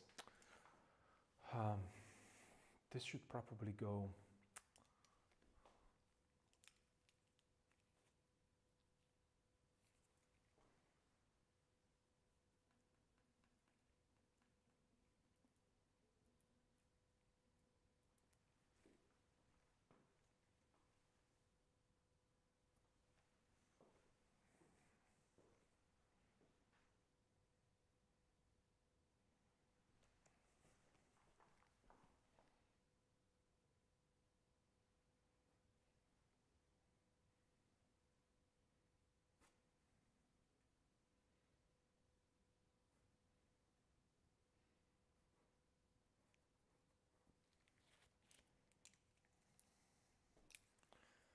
this one's gonna be all in a shadow.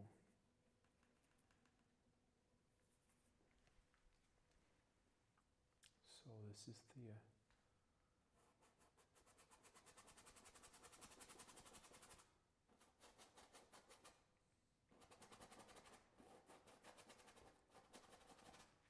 it's gonna go this way, but it has to be dark.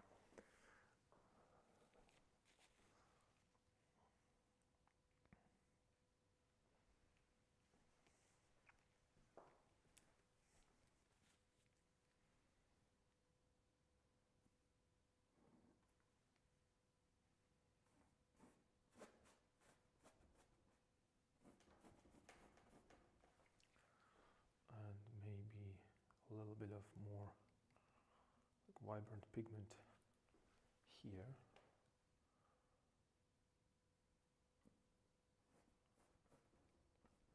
To create that desirable effect. Let me see.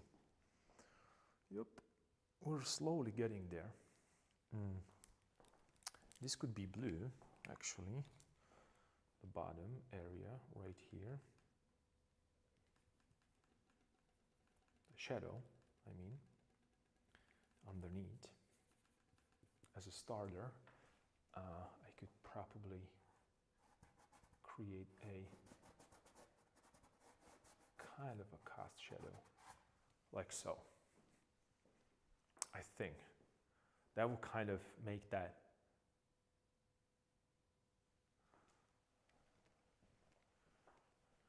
maybe this could go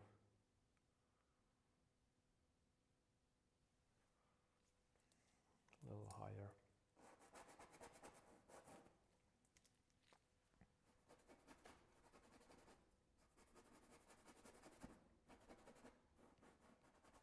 Also here, make it darker so it's in the background.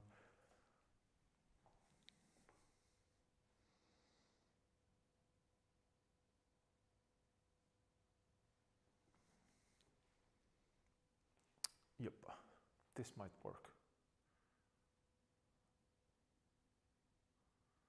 And then I could turn his head slowly, kind of a profile. Kind of a profile view. Let me see.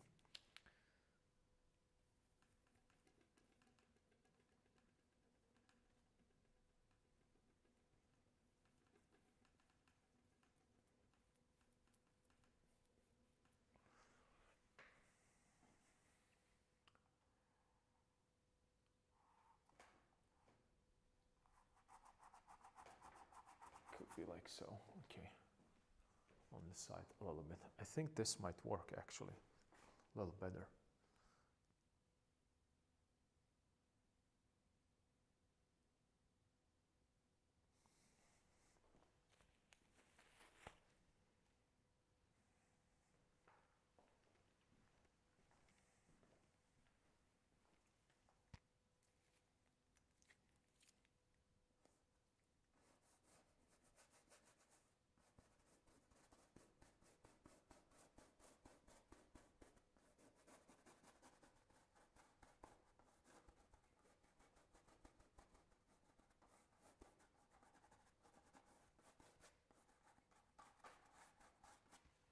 Let me see it as one continuous shape first, before I do rush decisions. It's kind of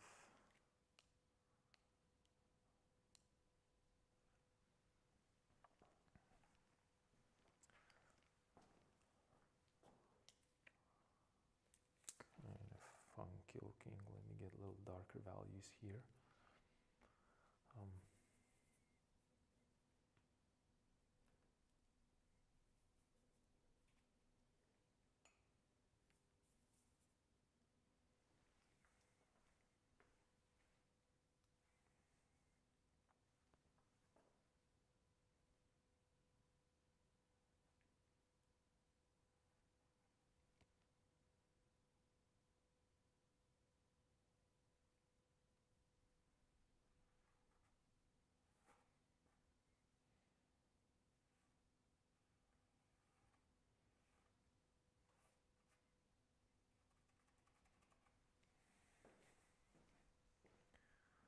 This way, that way.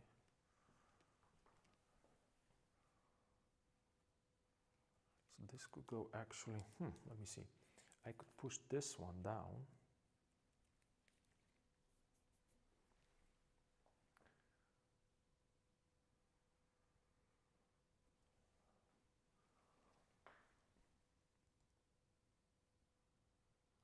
The reason why I'm painting like this is because I have a little bit of glare here for some reason. So I'm looking for a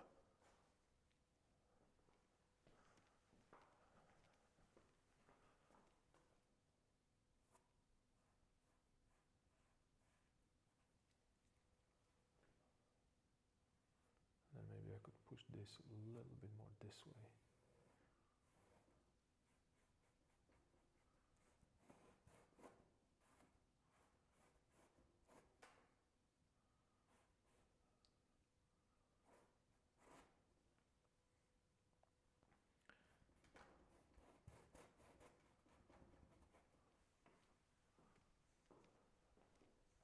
Yeah, much better right now. The only thing is that I think it might look, that's okay, because it might look a little too short, but that's okay. I think that's fine.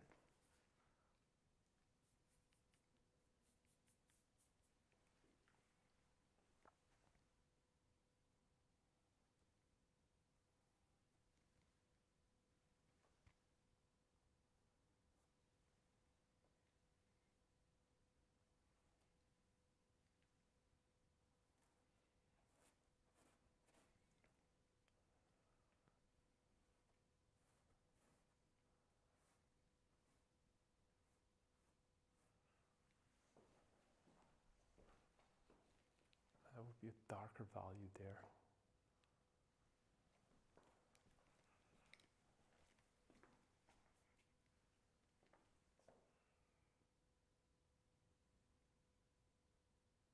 Maybe I can shorten this a little bit.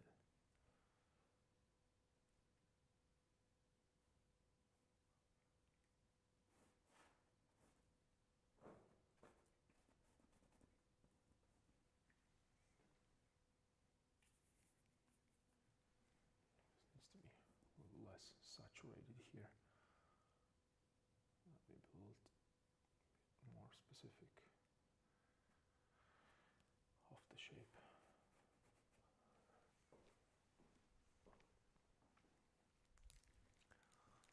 And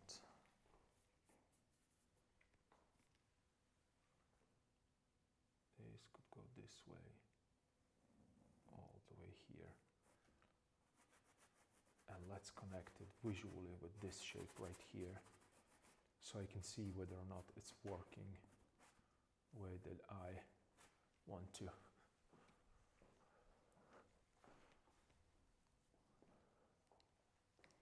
Yeah, cool. This might actually work, surprisingly.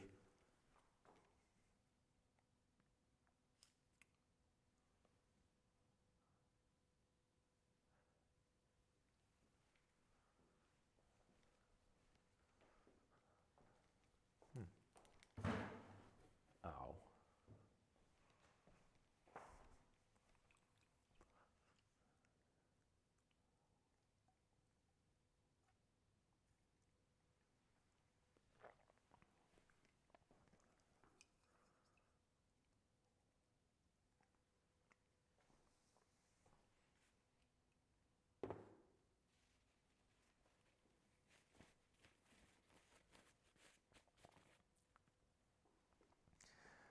Gotta say, this wild underpainting choice makes it fun to work with.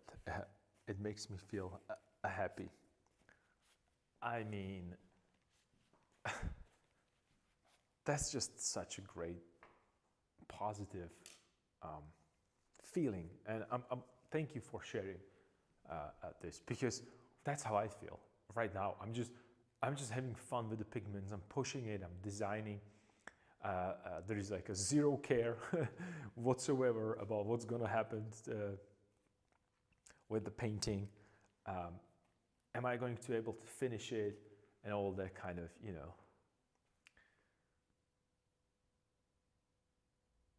these concerns that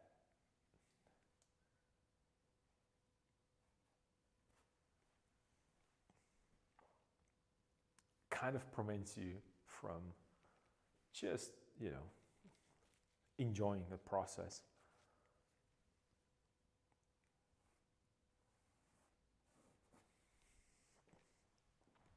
So I think that you were doing great. Well, thank you. I'm trying my best. That's not really the easiest thing, but it's, and I said it's not necessarily the easiest thing. I don't want to say that my work would be harder than yours.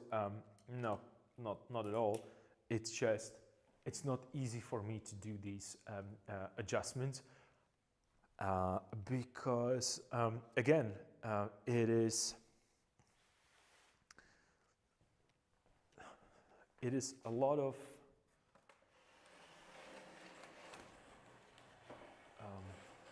unknowns.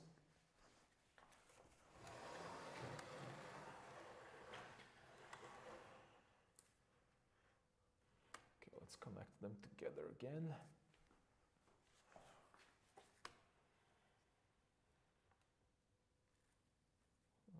It's under the, it's slightly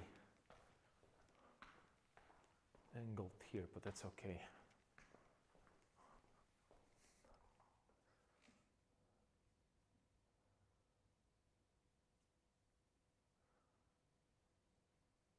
I get what you're saying. I think in your case it's harder because it's big and you've been working on it for ages. That can be easy on mine sometimes. Yeah, how come you were capable of describing it so well? Actually, the only thing that I would add to what you just typed is that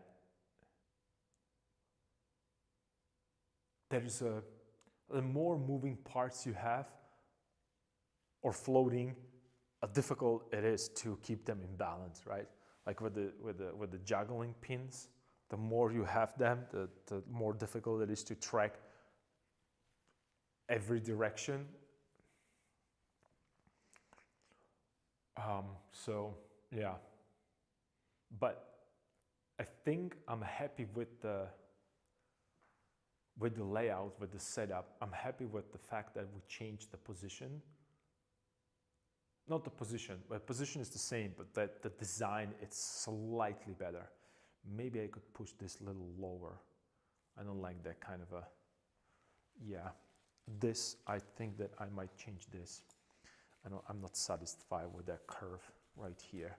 It's kind of, because it's here, it's connecting, and there's a up, so maybe I could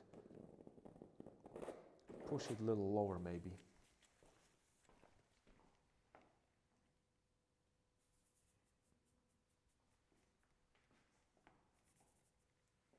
So it would be more this way here.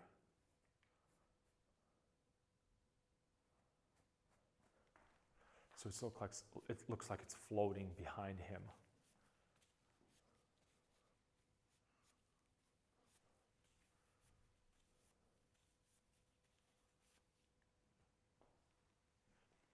And then I should also probably think of showing this area in front of this one.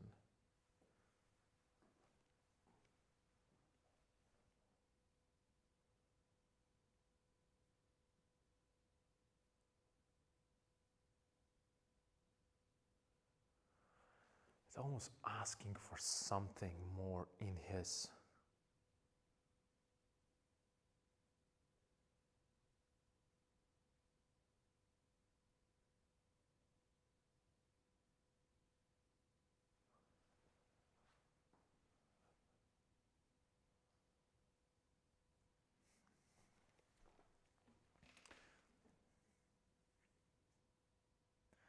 Yeah, sure.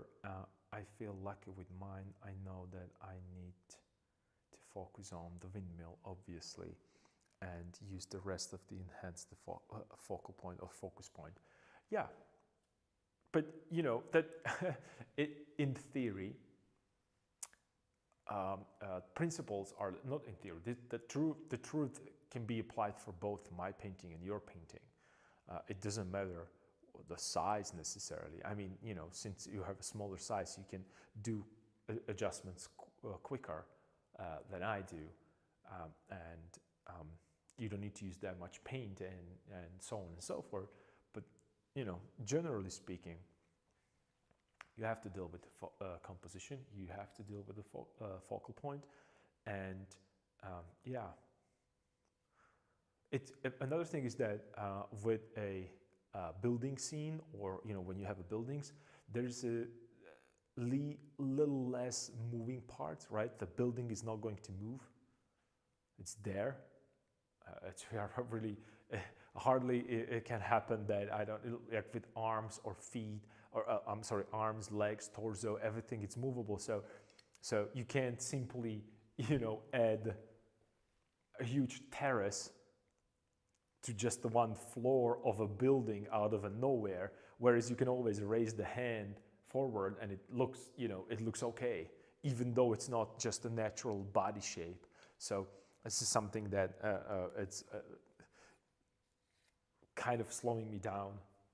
The infinite number of a position of your body.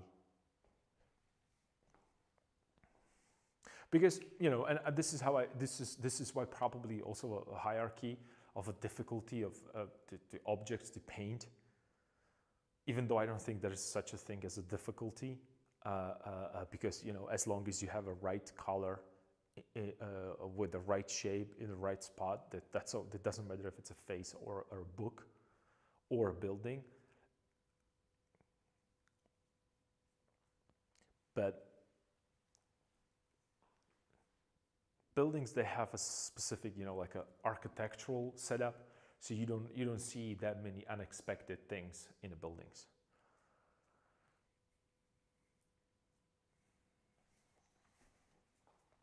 Let me just go get refresh my my tea with a little bit more warmer water.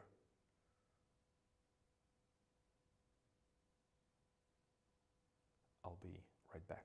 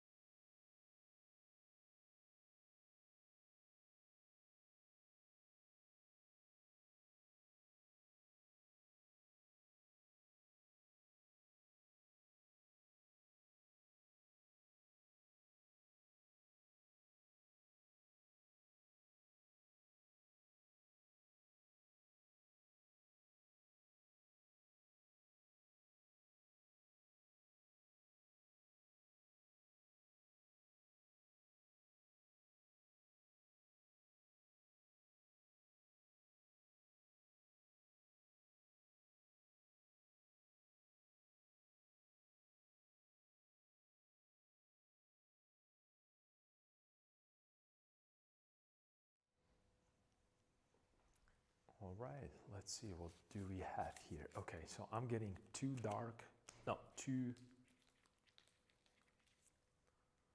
yeah, it has to go. Okay, I think I'm in the right position. Maybe it should go lower.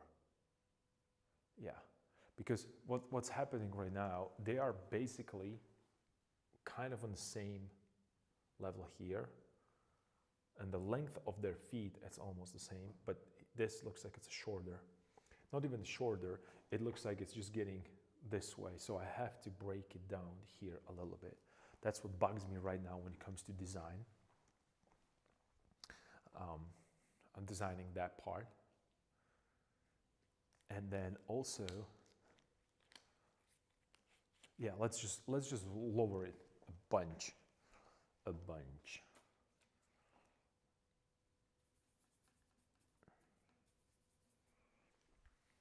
So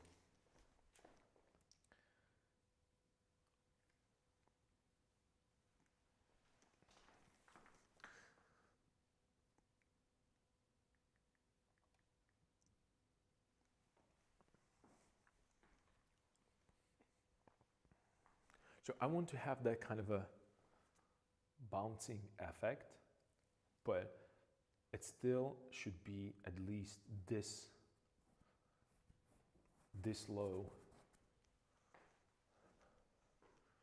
to make it work, and then I can push this little lower. Yeah, or that doesn't even need to be pushed lower. I think it works as is right now.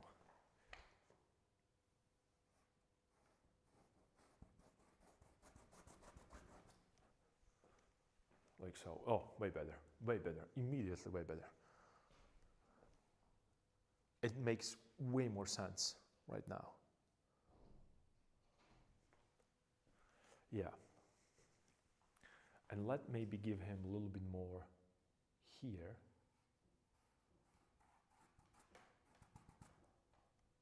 Right? And then it could go all the way here.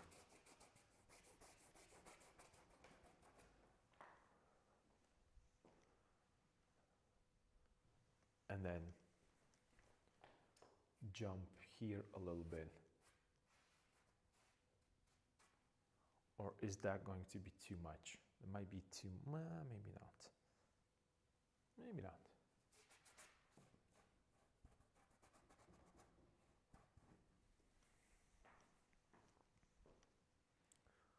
Yeah, and that in that case, this could go here.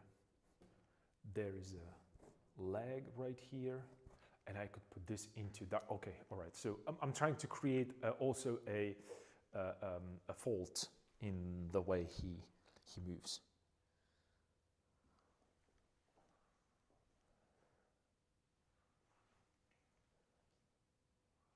Yeah. And hold this, I could actually hold this into darkness, and this is going to be in the light. So let's just make that foot.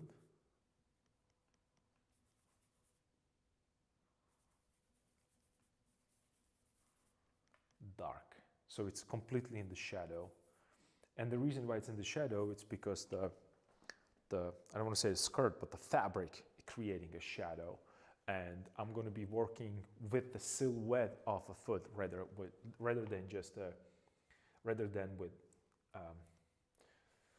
than to render it completely. So it could go here and then up, and then I have, yep.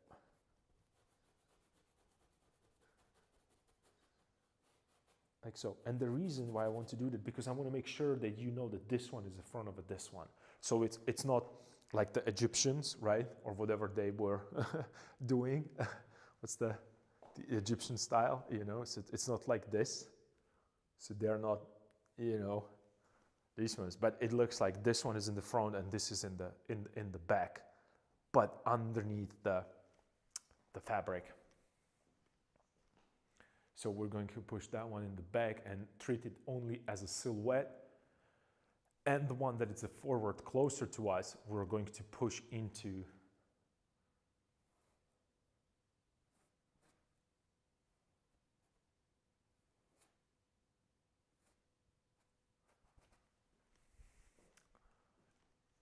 foreground by making it lighter, right? So check this out. Let's just grab a little bit more of this and this, because I need also saturation. We'll bring it up closer to us, and that one, and it could be like right here, the lighter area. Like so, maybe. Is it on the, maybe I could do it this way, yeah.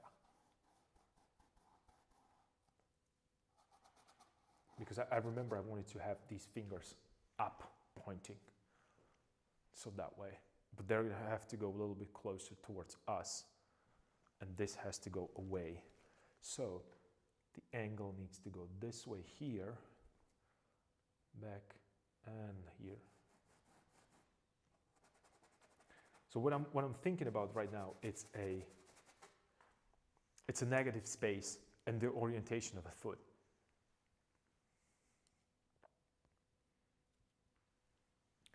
Maybe you could go even closer, because right now he's in the middle, so he has that kind of he's not like leaning forward, he's not backwards, he's just like, he's staged right now. So pose me for a walk, so that's what you would do.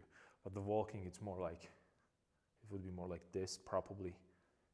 You remember the same thing that I was talking about, that guy, that he's halfway to move. So I need to push his foot just a little bit, just a touch underneath, a little bit more underneath, because I want that more of a,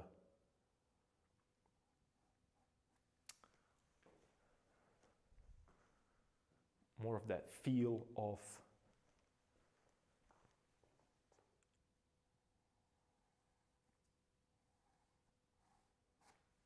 better feel for that gravity and the balance. Do you have, oh, my mic is on. Okay, for a second I looked and I was just like, am I even online? Softer transition, that's going to be here, and then the heel, it's sticking out a little bit more.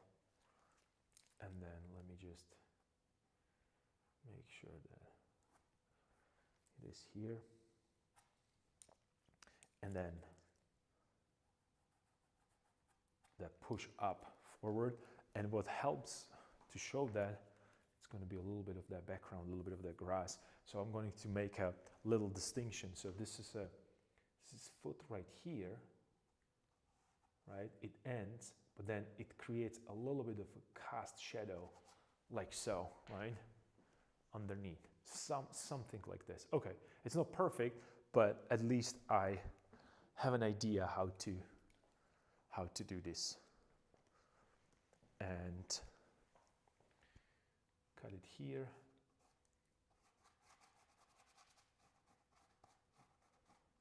Cut it here. And make it go this way. All the way here. Okay, cool.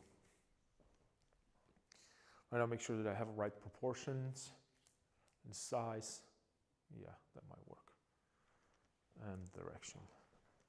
So this foot needs to go a little bit more this way.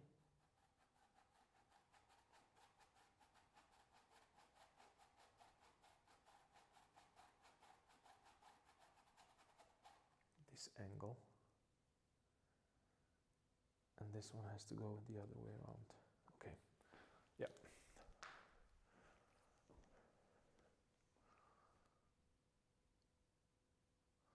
Yep. And other thing that's going to help is to create a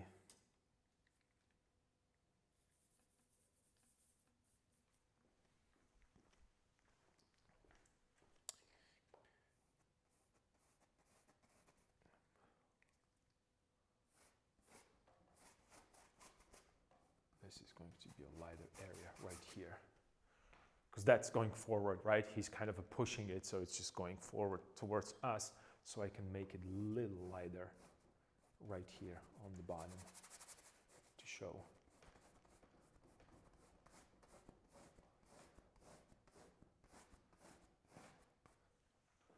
Show this. Okay, yeah, it's starting to curve. All right, starting to get volume. That's cool. Have that volume. Yeah, it's starting to work.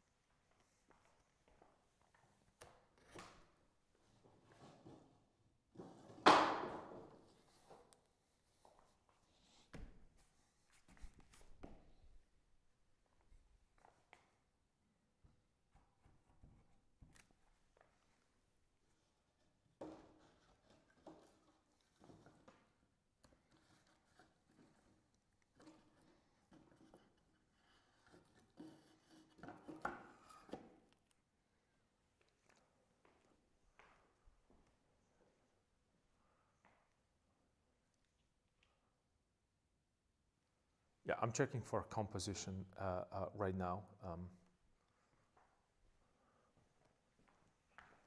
Just a little glare there.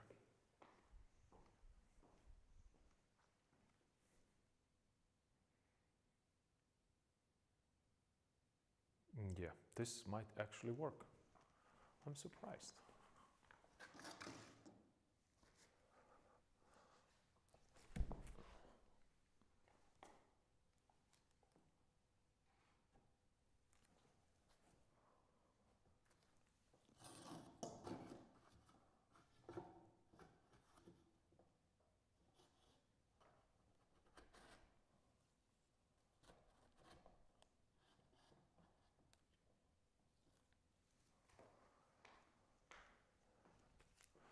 Yeah. Yep. Cool. But the curve, okay, yep, right now it's obvious. All right. Let's go.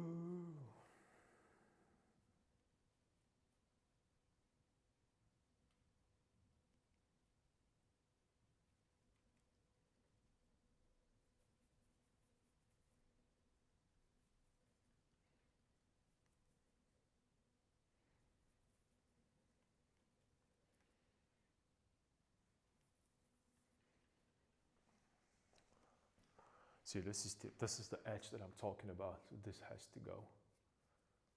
So I wish I have my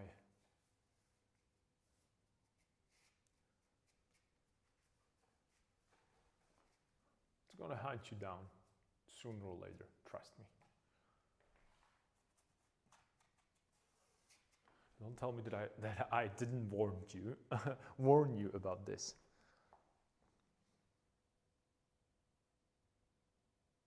I really love the value range you have with that third piece, dark to light.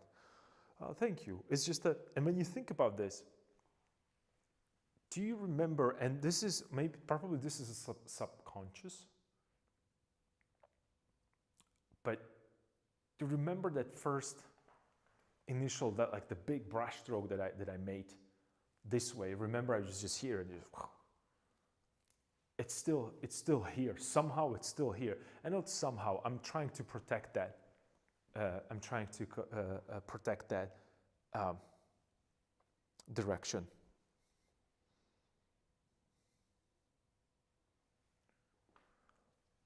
And you can see, I guess that we're also talking about this. Like you can see how this right now it's destroying that, and it's because of the edge of a canvas. It was I actually, well, there's a little wooden part right here, and it prevents from canvas going out. It has like a little kind of a curb, so I put it away because it always kind of create that little piece of unfinished. And you can never get rid of it. Unless, because you really have to paint it in. And then trying to match, if you have, if you have some object that is going out from here or some, it's just, oh my God. It's so annoying. It's so annoying. And then most of the time it looks like you then add it there afterwards. So I'm trying to avoid that. So it doesn't feel that way. So ideally you want to change.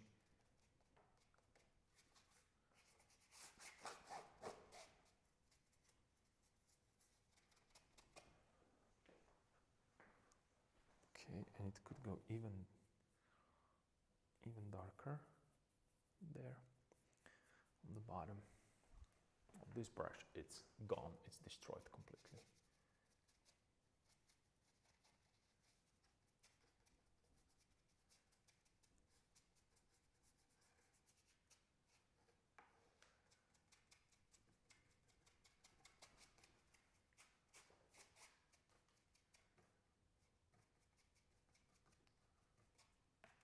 Okay. All right, corner problems are resolved.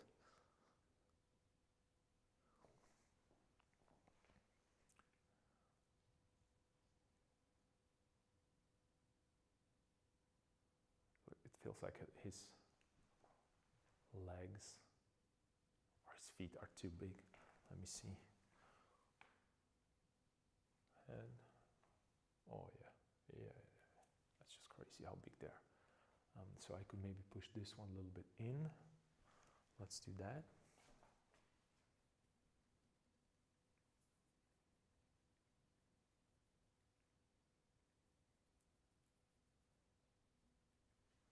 A little warmer. Oh wow, this brush is gone. This brush is gone.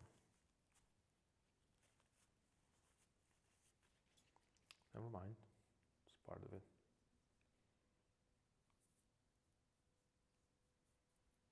Was not ready for this kind of abusement. I guess that in the grocery store where I bought them, they did not really.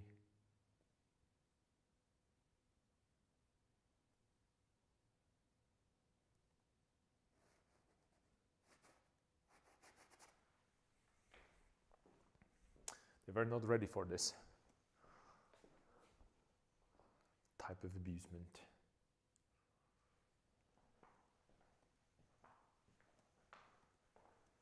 Maybe hold this area could be darker, actually, dark green. Let me see. But I'm afraid to go again darker because I am being.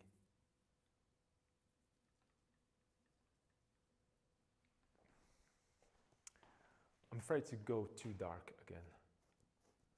Oh, this seems okay.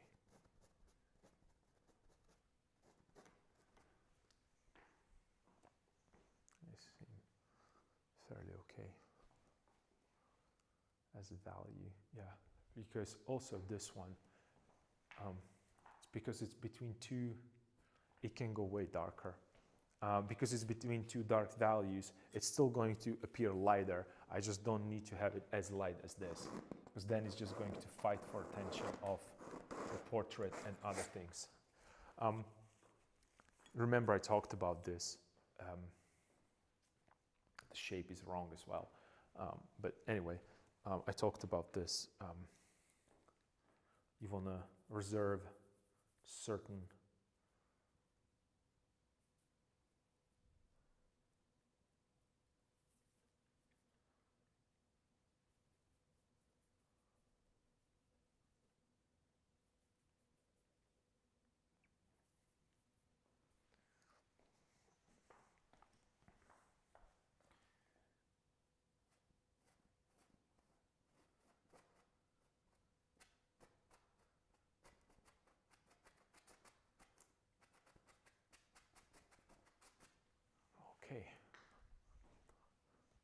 better. Right now it's better.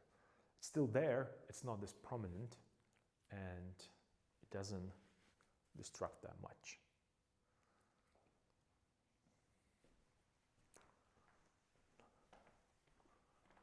Let me see if I have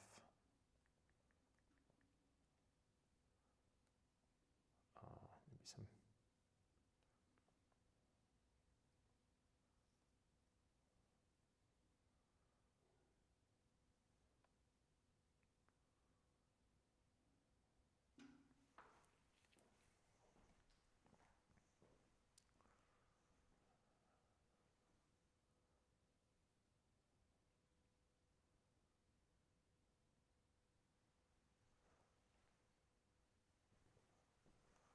Maybe I could push it even more here.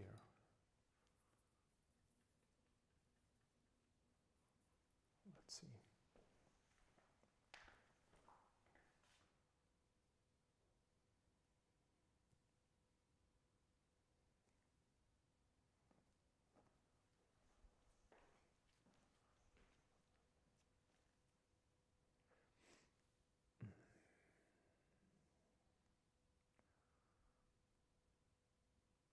Yep. And then perhaps a little bit more here.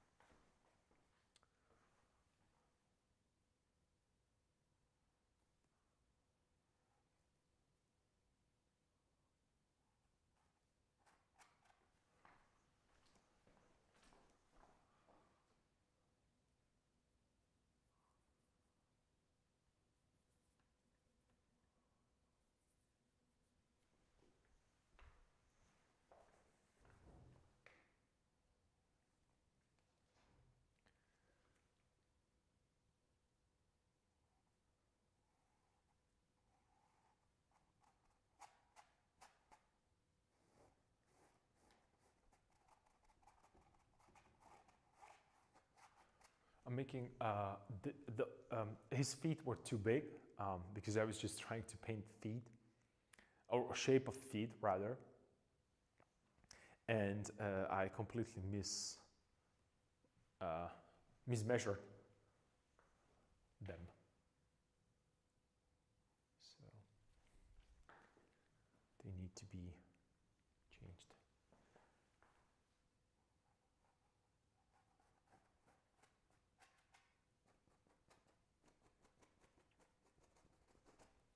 I'm just softening it because I don't want to have a harsh edges right there.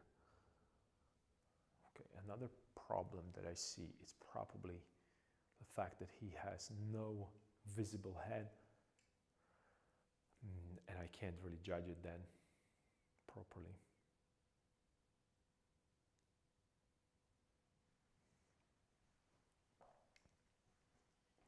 Yep, and it should be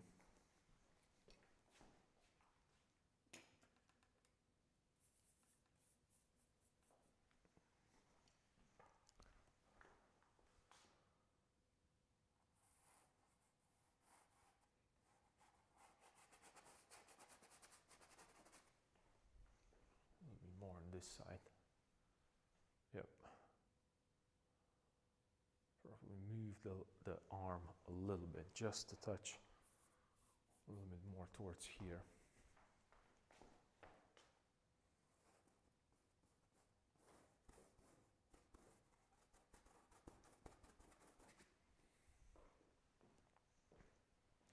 A little bit more towards here. Yeah. He slowly appears from there. Let's just push. Let's just make this softer and this softer here. Transition, this is the shadow. It doesn't need to be that dark. I'm gonna make him darker by adding lighter value into there, and maybe warmer slightly, because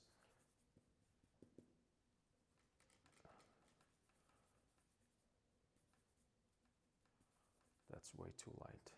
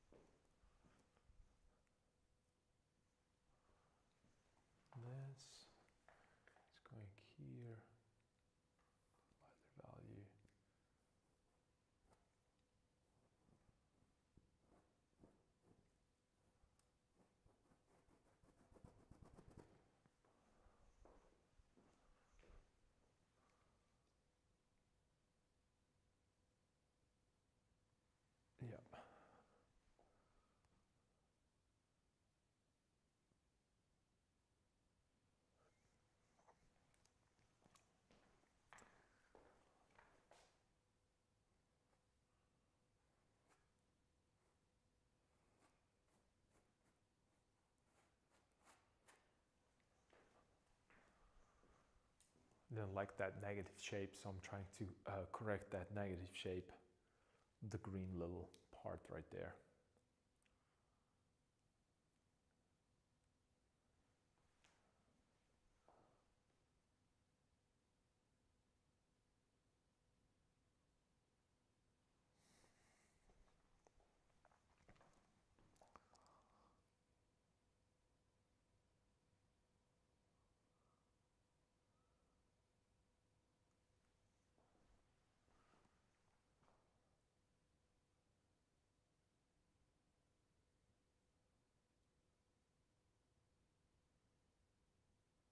I'm just really curious what's going to happen if I really throw this like so. I'm sorry, I have to do this. My apologies, but I can't really not to do that.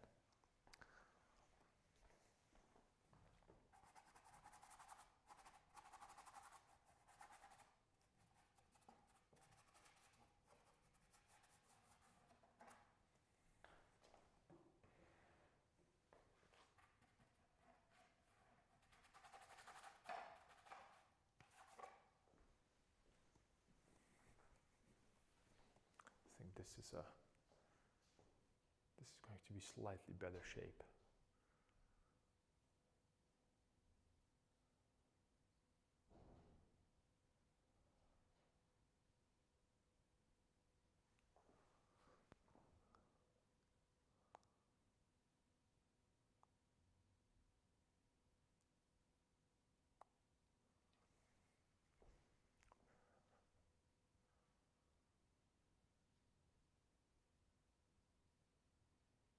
Yeah.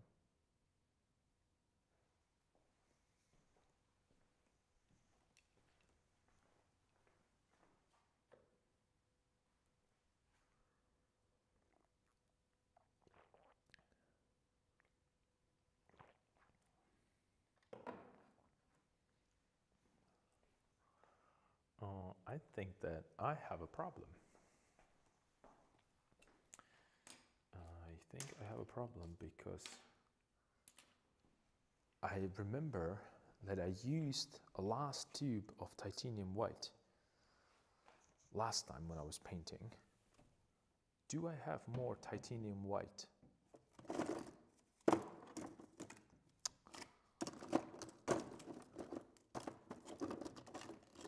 Hidden somewhere.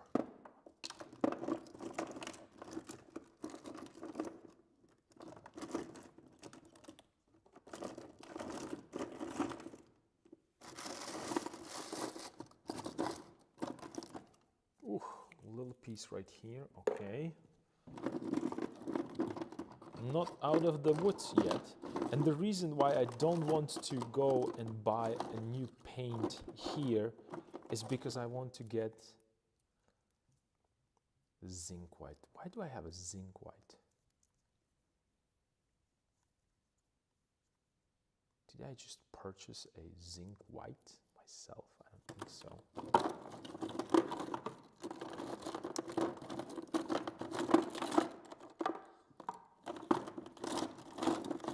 I mean a zinc white from this brand. I don't recall buying that one. Okay, so I have a little bit, which is cool.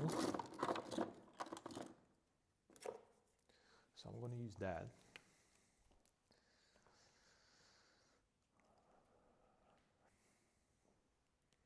I think that should be okay for now.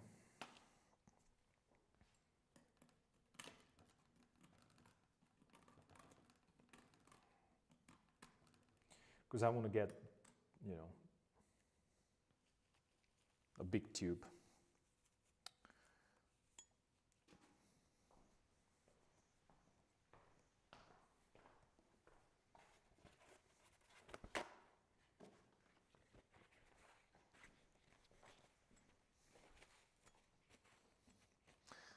I would be worried if you are out of white. That's a critical pigment to have. Maybe you got it as a gift, zinc that is, so you are actually out of titanium white. I am out of a titanium white. I have these zincs here. I don't want to use them though. But the brand that I was mentioning is probably was part of a set, I think. That it was cheaper, you know, it was a discount for a set, so I got a set and it was a zinc white there. I think that's what, you know, like you have that primary colors or limited palette. They sometimes, you know, you can get that.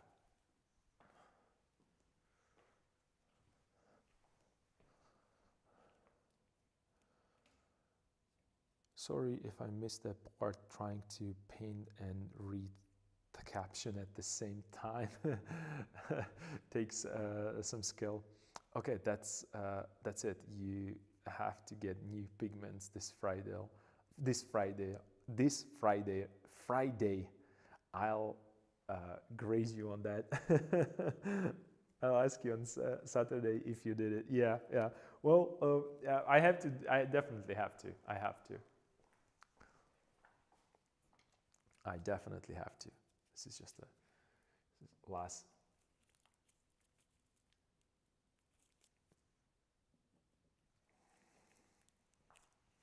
Let me bring my. Where are you? There it is. Tube squeezer. Such a handy thing.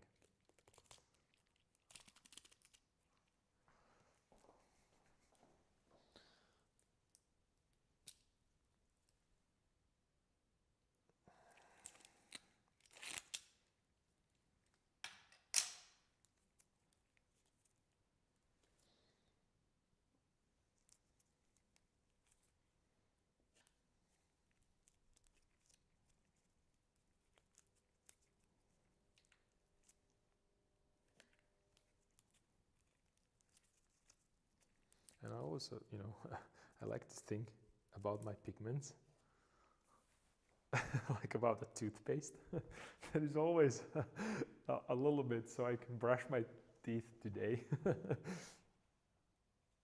You're crazy, you know that. I do. But thank you for reminding. For a second I thought I'm not, but you got me back. Okay, thank you. Yeah, I know I'm crazy, but what you gonna do about it? Nothing. I'm gonna do nothing about it. I'm just gonna have fun with my craziness. And again and again and again, this is Asylum Atelier. Hey, come on. Like, what do you expect? You're part of the madness. So toothpaste, always.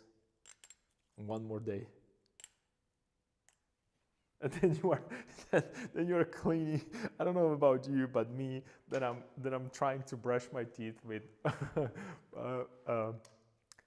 what's it called? It's mouthwash because I don't have anything.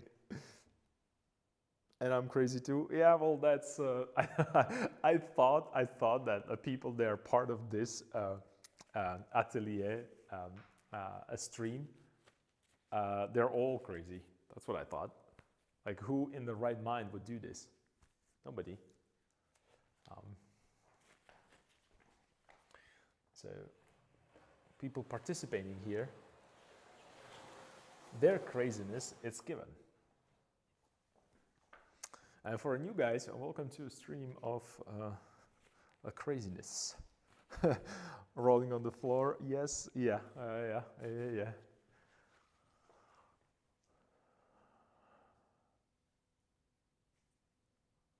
All right, so I have that, and I want to replicate. Okay. This is my key.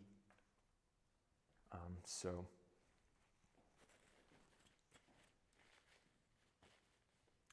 Ooh, I just want to do this. I want to do this, and I'm going to do it. I am going to do it because I think it's going to help. I need nice, clean.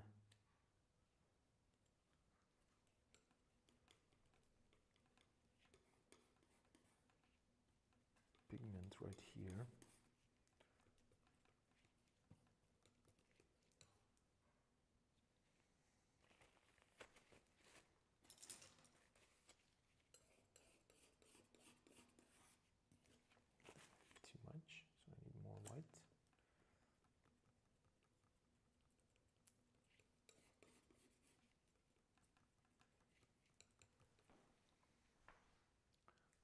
body, or close, and then I need this as a body.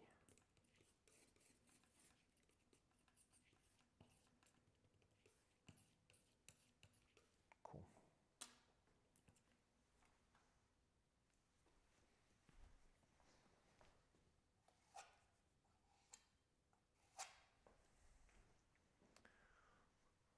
Oh yeah, that needs to be there.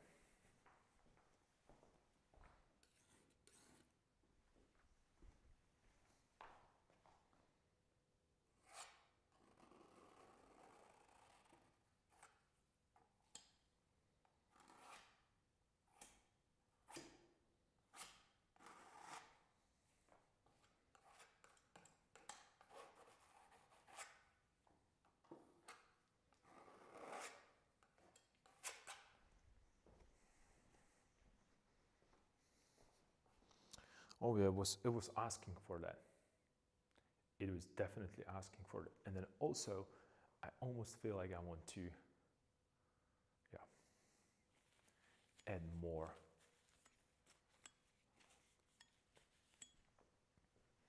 He could be holding that.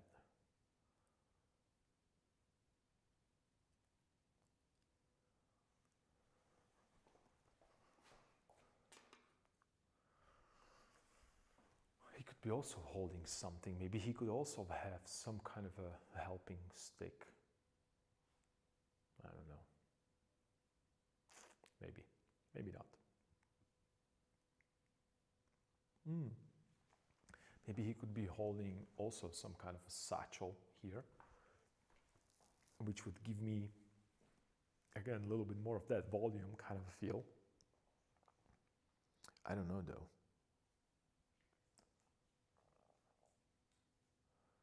So push it there. The portrait is on the right, the head is in the right position. So let's maybe push these guys. And when I say these guys, I mean feet.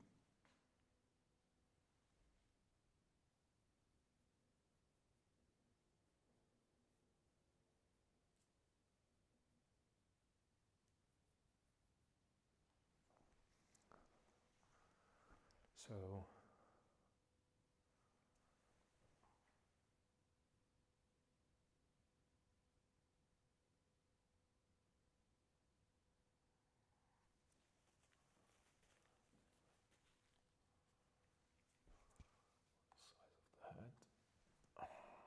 size of the feet. Okay, cool. I am pretty close to where I want to be. When you know, regarding its size.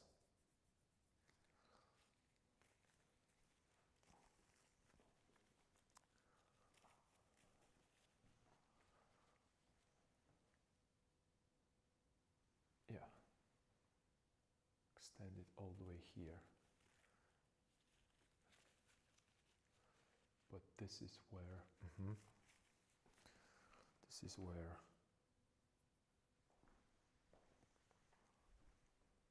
little toe is going to be right here. Right here. That's what's gonna help me also a viewer to see or understand what's happening with that foot. I need to get a good reference for the feet. I don't think I have them.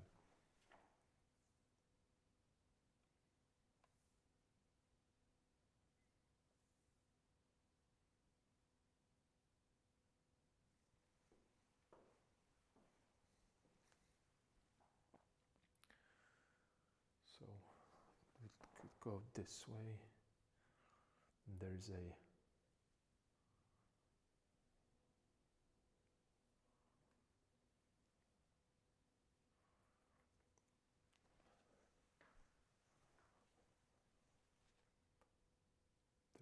heel right here. There's like that triangular shape.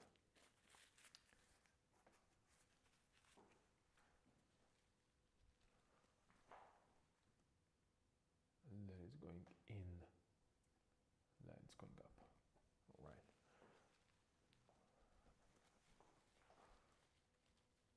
not really very. This is not really a scientific method of how to paint feet, but what I'm trying to do right now, it's not necessarily paint feet yet, but as you might remember, I'm working with a, just going out and then in and then up, and here I'm going to have a big toe sticking up a little bit, and then I have a foot and it should go this way down, here and then up.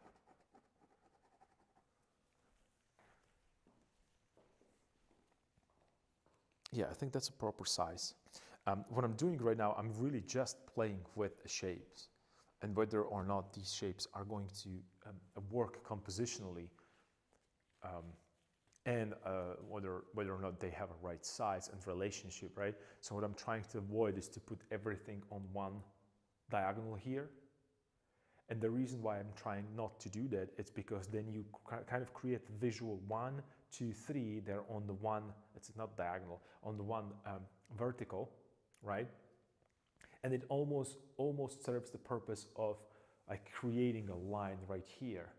And you wouldn't ever dare to create a compositional line from here to here, because then, you know, you don't need this necessarily, the part of the canvas, right? So why not to crop it? It's just you don't want to, not that you don't want to. I mean, if it works as a composition and it serves a certain purpose, of course you can do it. But as a rule of thumb for myself, I don't want to, because then you're again losing that dynamic feel.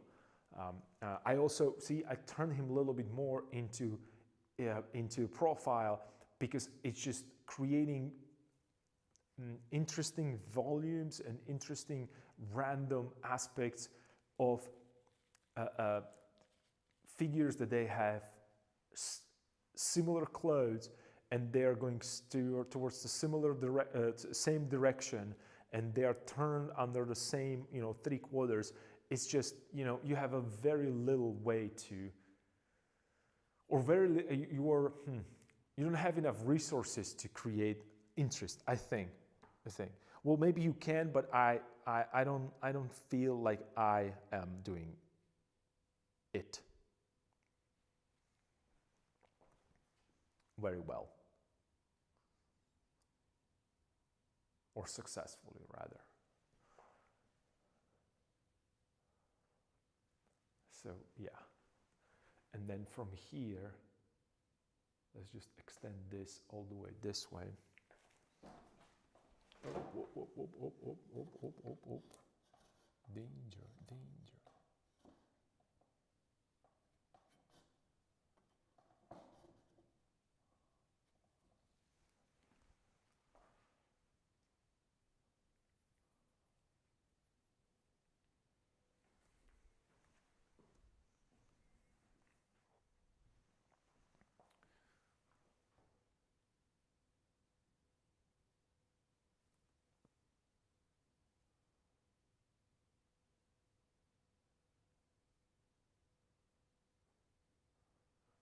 Okay, this way. I want to go this way a little bit more.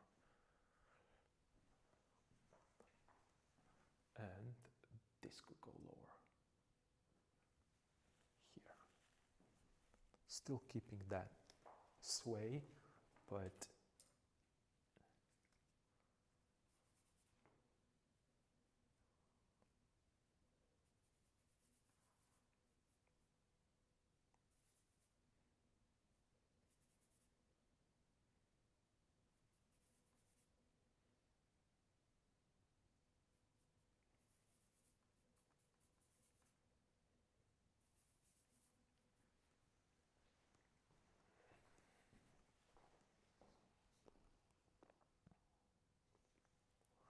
yep, definitely should go lower.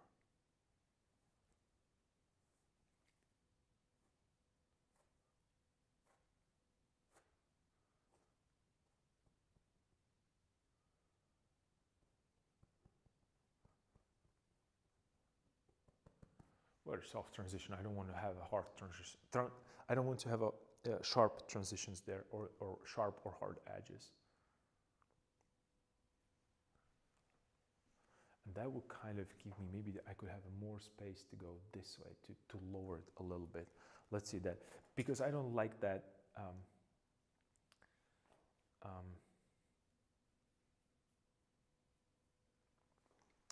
the negative shape right here, so maybe just to push it this way a little bit.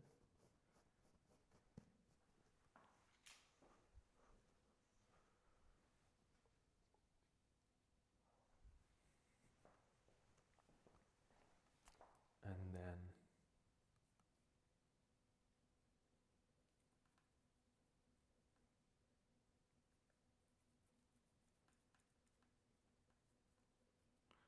let's warm it up a little bit. That. So I have the same value. I'm just going to, this is cool, and also this is cool. So it just mushes together. And immediately when you put like a warmer area right here, it's going to separate it.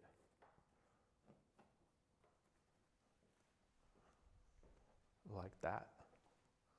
Immediately, and suddenly you don't confuse the background with the foreground anymore. And I can push it even harder because I have a little lighter areas here, so I could lighten it up just a touch, just a smidge. But not with the pure white, because pure white, again, it's going to make it a little lighter and a little cooler. So I'm adding back that warmth into it.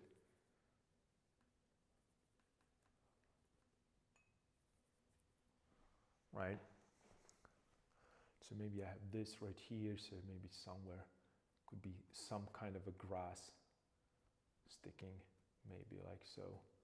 Even on the other side, maybe I could support it by having it here. Maybe smidge could be here. Right? So I have that clear distinction. It doesn't need to be a much. This might be a little harsh. But I need maybe like some sharp edge right here maybe.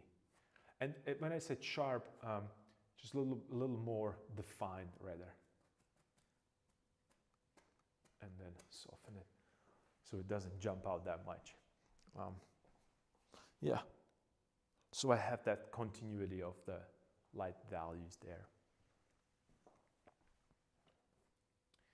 And I'm doing same thing that I did with a portrait. I want to direct your attention to a specific point. I don't want you to just roam freely, not necessarily through my painting, but I don't want you to leave looking at it and exploring. So.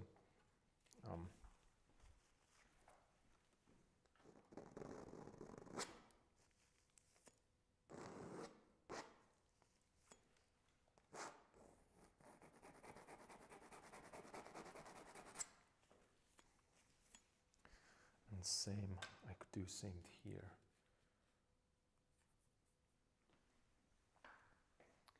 A little bit, like so, yeah.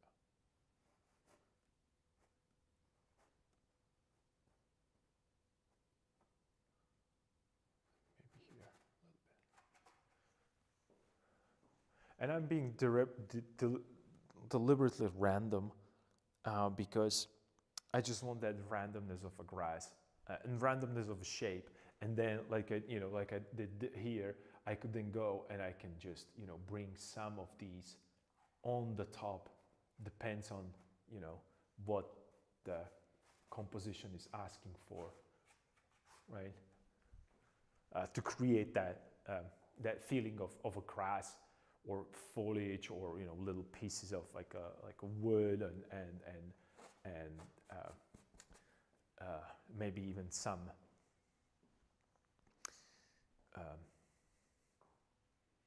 like berries or bushes or something, I don't know. Yeah, berries, bushes, that's what I meant. Because, and the reason why I want to do little bushes and berries, it's because that gives you, that kind of a feeling that oh, I feel that something, I just, and I truly, um,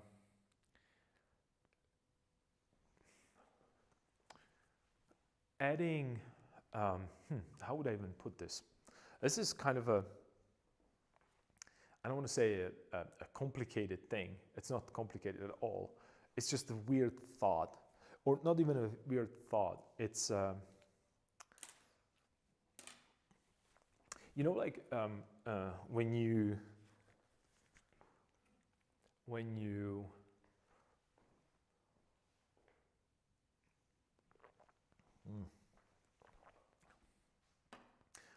before I start talking about that, I have to confess that yesterday I decided to go home.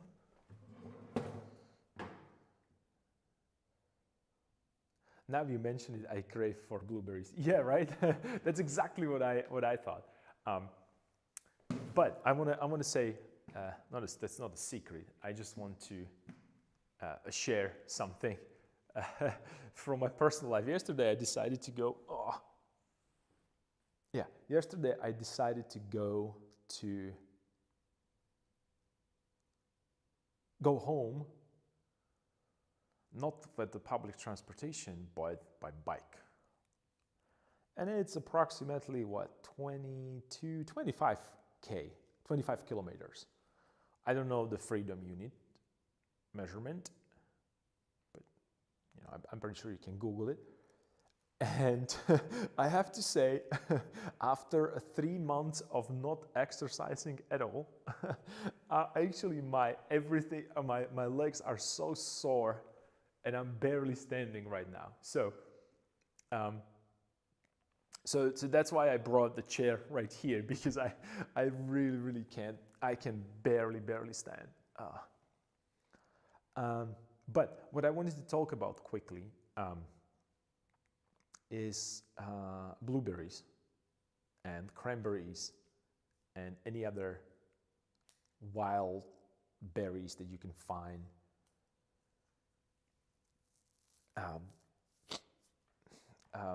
In the nature. Do you know that it's always, I don't know, maybe this is just me, but when I was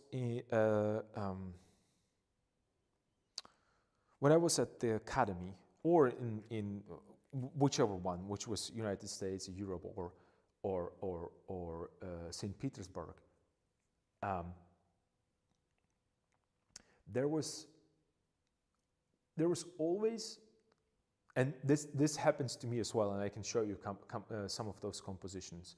I'm talking about the composition right now. Well, I'm always talking only about that, so no surprise there. So there is when you look at your compositions, and when I go through my compositions, I can tell the moment that I was just placing elements and objects into composition for the sake of filling up the space, empty space. And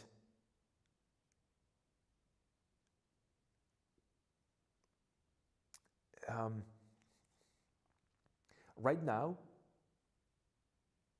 putting random blueberries or cranberries or whatever berries you want, doesn't really matter, random objects there would be, again, might be perceived as a filler. So I'm trying to fill the page, or I'm trying to add more pigments or more elements there.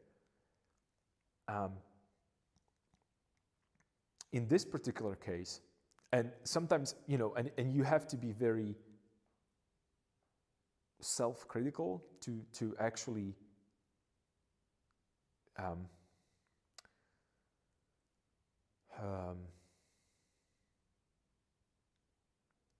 you have to be self-critical to understand when is the moment you're doing it only because you're trying to put something there, because you feel that the space is empty. And when you are doing it because the scene already composed requires a little bit more of attention for the viewer, or and good example of that would be, I don't know if you saw a movie Turner about that famous painter, and I think we already talked about this. I don't know, maybe we didn't, I'm not sure. But what I'm trying to say is that there is a sit down if you have to. Yeah, I get what you're saying. I have official permission to sit down. That's awesome. And also, what I'm trying to say, there is that movie Turner, and there is this very it was impactful scene for me, as I saw it like long time ago, and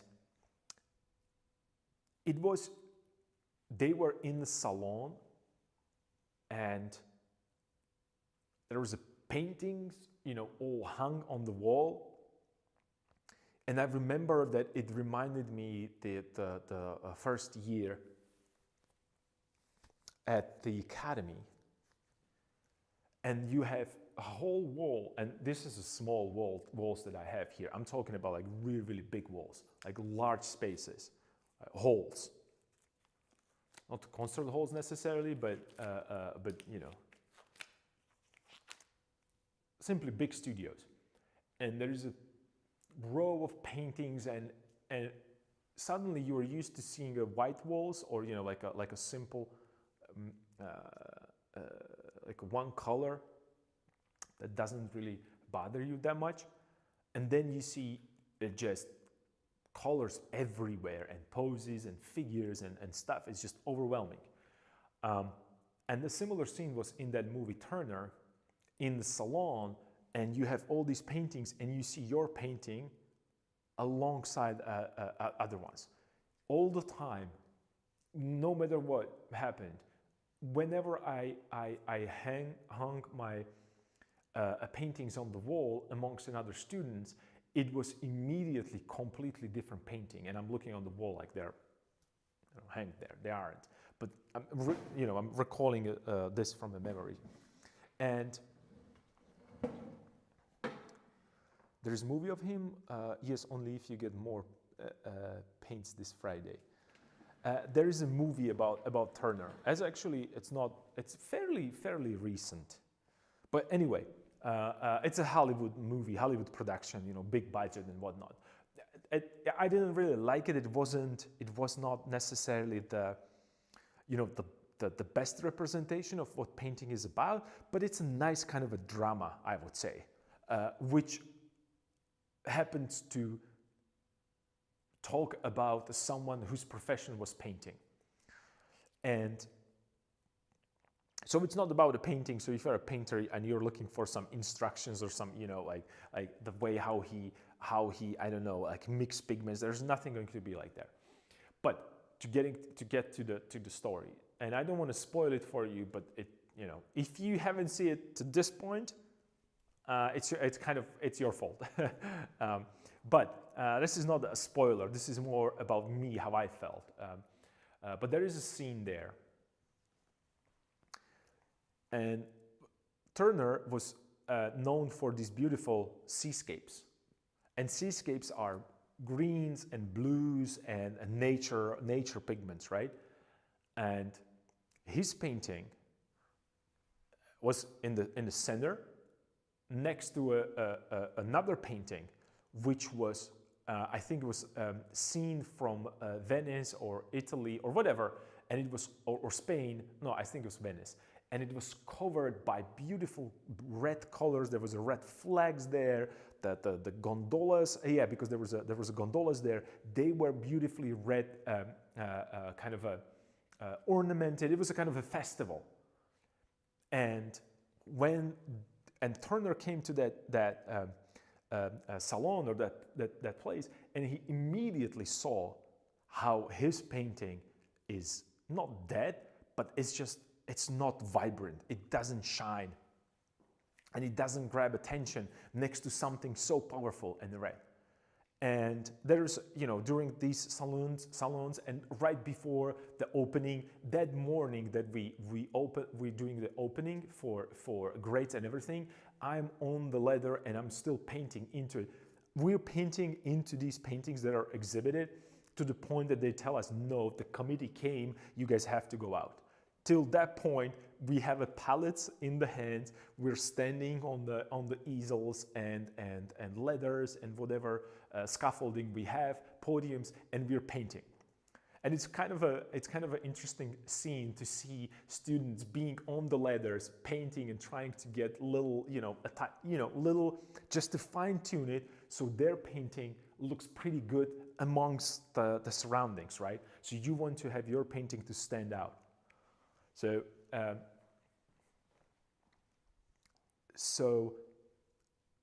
Rembrandt, Turner saw it, and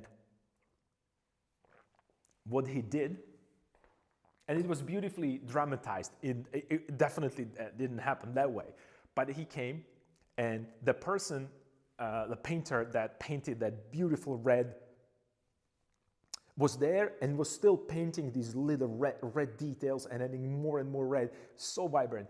And he had that red on the palette, and Turner came, and I think I might be, dramatizing it even more right now and adding my own a feeling to it. So he came to that painter palette, and he grabbed a red straight out of a tube and just placed it in the middle of his painting, like a red dot. And everybody started to freak out. The person next to him, suddenly, all of his red painting was dull as hell because everything was red on red. It looks red because of a Turner's seascape. The moment the Turner put the straight red blob of paint into middle, everything else was suddenly just not even like, that was the high point, there was a high opacity, high saturation, just a red blob in the middle. And this person started to freak out that he's making fun of him. There was like a whole scene about just really like, why is he embarrassing himself, Turner? Like, why does he have to do that? And then he was just stood there and listened all that yelling, and then the person stormed out, and Turner came and took a piece of paper and wiped a shape, and suddenly everything fell in place, and it was a buoy in the water. Crazy. But that little red accent is what makes what great artists understood, and they understand it, and they understood that in the past, that there is a moment that you have to add something to kind of extrapolate, or like the painting can still give a little bit more. You don't need to change everything. You just don't see it in the context, right? Context of other paintings, or context of a wall that is going to be hanged, or actually, hanging the painting on left side versus the right side, because I thinking about this painting being lit from the left side. The moment that I would change it and put it here, it's going to be lit from the right side. So all the little crevices that I have here, and they're casting shadows towards the right now they're going to cast the shadows towards the left. So it's going to be completely different experience for a viewer and for you as a painter as well. And I'm trying to get to the point that there is a very thin line in creating just putting stuff into a painting when it's not necessary, whereas adding these really like like a key component. I don't. It's hard to. It's such an abstract concept that unless you paint and you struggle with certain things, and then you look back on your painting and you see that you add unnecessary things into it, like into a scene. Like I'm gonna add another person right here, and maybe even like I need like a maybe. Oh my God! This is a forest. So I need trees, I need grass, I need bushes, I need foliage, I need river. I need river. What else is in the nature? So I'm going to put everything into. I need ocean. No, you don't need all of these things. And I think Andrew White is a great example of this. That just calmness of just the nature and abstract shapes. So that is a very, very thin line between adding a detail to convey and communicate better a feeling with the viewer, and adding stuff for sake of, in the nature has trees, I don't know, like I said, grass, it has hills. So, like kids, when you said like, let's create, let's draw. So they will draw hills like, I wanted to say, they draw hills like Bob Ross, right? And then you have a sun, so you just do this the yellow circle there, right? So that would be that bad idea of adding things, because because there is a problem with the composition. Composition does not work as a abstract shape, or it's not pleasing to look at in the first place, like from that very core. So we're trying to add more information, so people, when they're looking at it, they're going to be, he knows that there is a grass there as well. He knows that there are trees in the forest. These are specific trees. This is, I don't know, like a specific a tree that grows only in that area, and just, you perfectly, you found the shape and you have to add it there. And then you also know that, it should be also a river, or maybe some like a little pond, or it's a creek there, whatever is it. You're just adding and piling more and more details. That's not really composing. That's just trying to add detail and information so it looks better. It doesn't work that way in painting. Or you might think it does, but it doesn't. So what I'm trying to say is that, like, let's say I have this shape right here, right?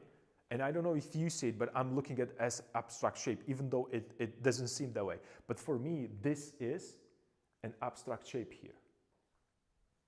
You see that difference between dark green and the light green? So it creates kind of like a negative space right here. And it's all green, and it's kind of the same. So what if, right? What if I want to make this shape a little bit more interesting, right? So that's what I would think. I could actually add a little bit more of specificity to that area, right? So that's what I said, that I would add a little like a tree, not tree, like a bushes, or like the grass that is sticking a little higher than the other ones. Maybe it has some kind of a, like a weird leaves and stuff, and I'm just going to play abstractly there. So, and I saw, and for the first time, and I remember I was in US, living in LA, and studying at the Los Angeles Academy of Figurative Art, and my I mentioned my art history teacher. She mentioned that she went to see it and she was disappointed from the movie because it has nothing to do with painting and art in general. That was just a drama. And I kind of agree with her that if you're a painter and you're going to watch this movie about the Turner, you're kind of expecting not necessarily documentary, but for any other person coming into the studio, the information that you are what you're looking for in the movie about the Turner would be completely documentary-like. right? So, and it's not that.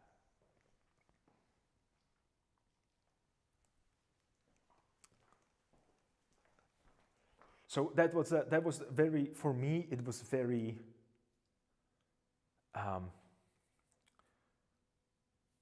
like a strong,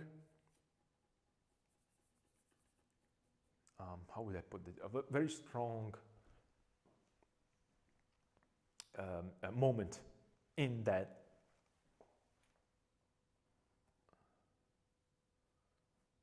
movie.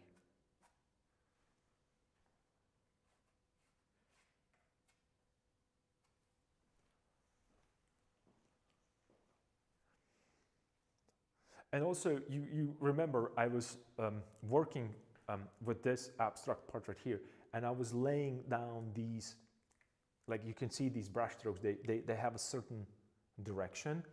And the reason is because what I'm planning is that there are going to be a vertical, like so here, right? Somewhere, maybe. I don't want to put them there right now because that's that's kind of a finishing touches on the top of already existing things, right? Because if I don't do this properly, I have a hard time to erase it or repaint it because there's so much randomness happening here by layering and layering and layering. I don't have that power there.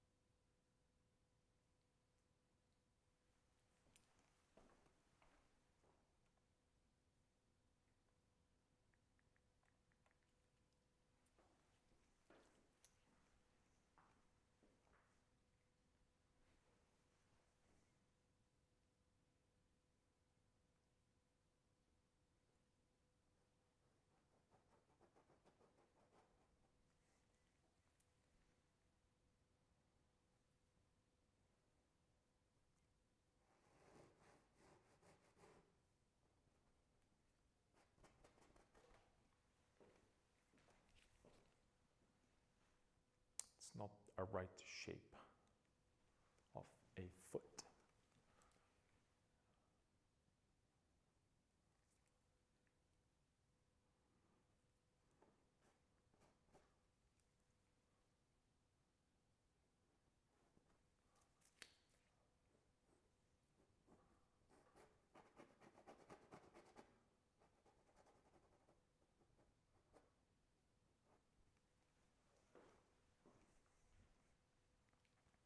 Yep, and it has to go a little, maybe I should push it a little higher so it shows the difference between them. You know, from a perspective.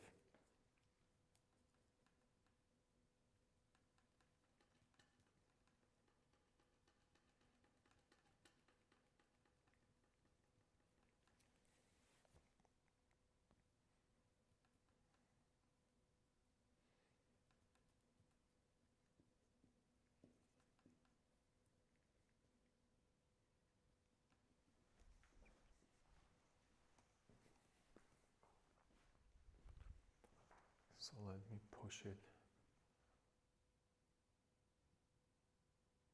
this way. Even more maybe this way. And then there's going to be a shadow all the way here underneath him. I know this is too light, but that's okay.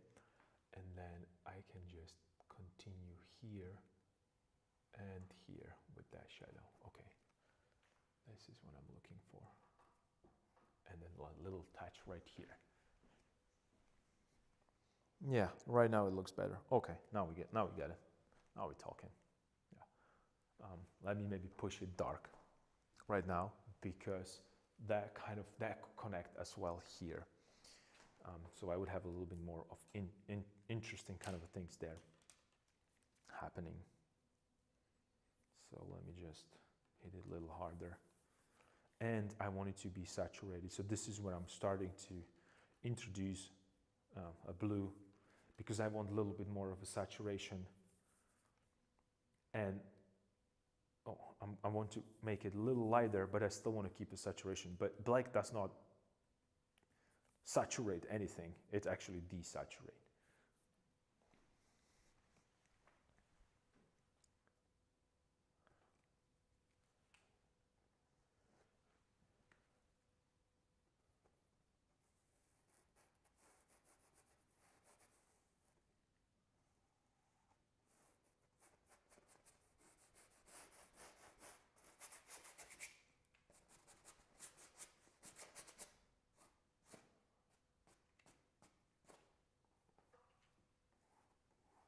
Bit of randomness there that I could use later on.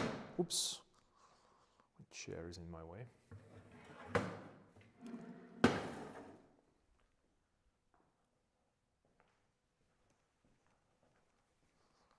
Okay, once maybe in some areas hit it a little warmer, kind of create a little bit more of that randomness there as well. So this, and it could be like here a little darker as his foot is shaping, because that will be the occlusion right there, all the way here into this guy.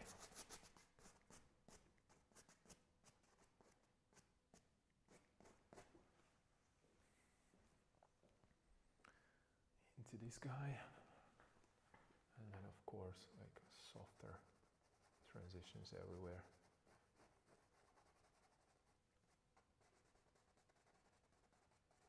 Because I don't want to have any, because this is not a focal point.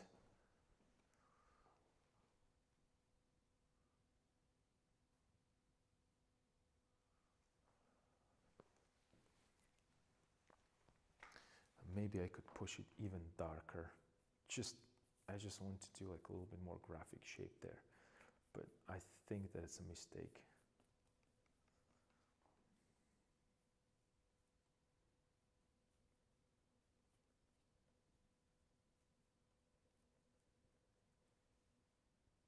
Let's see.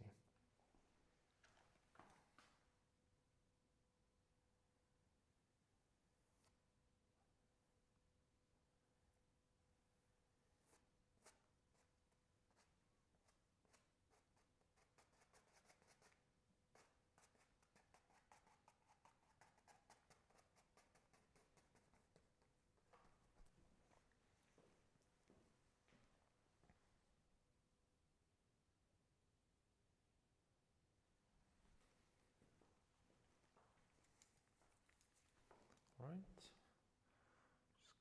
correct that shape a little bit.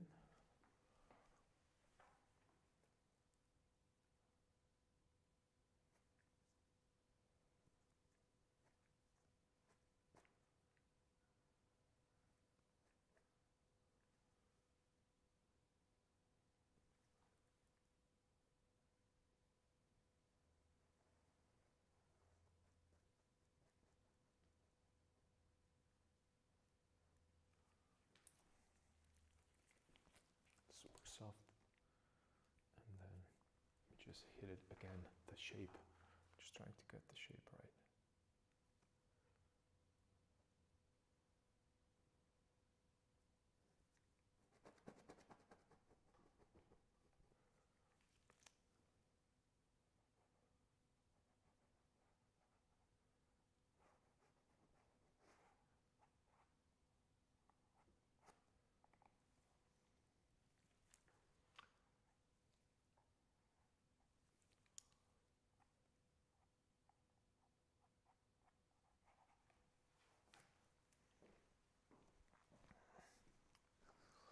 Okay, so I pushed this a little bit, so I'm creating a little bit more of that, yeah.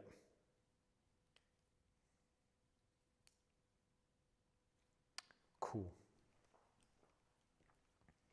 And then I see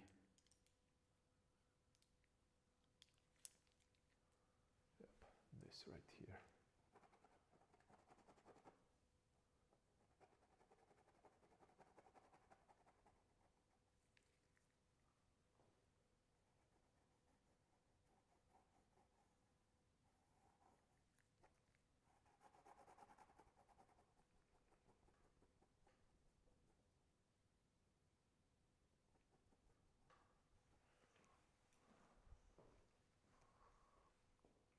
Yeah.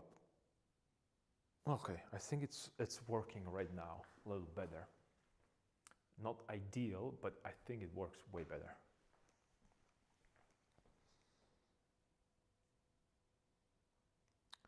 Woodworm is rating with party of 8. Welcome, guys.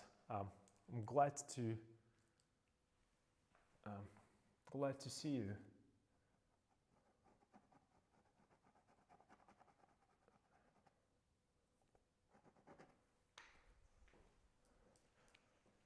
Okay, so I pushed this a little bit. So let's see how it works right now with that. Let's turn it up. Let's turn it the right way up, so I can judge right now whether or not these adjustments were correct after all. Okay.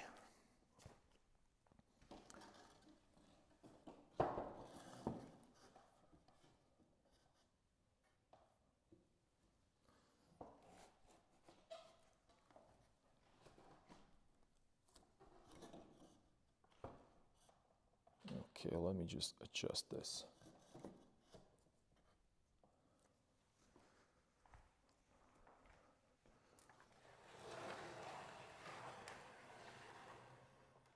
And yep. So I think you already see it. Don't tell me what's going on there. Is it working or not? I don't know. Let's see. This painting really coming along. Thanks, man. I appreciate it. I was checking up on your work as well. Dude, you're doing great.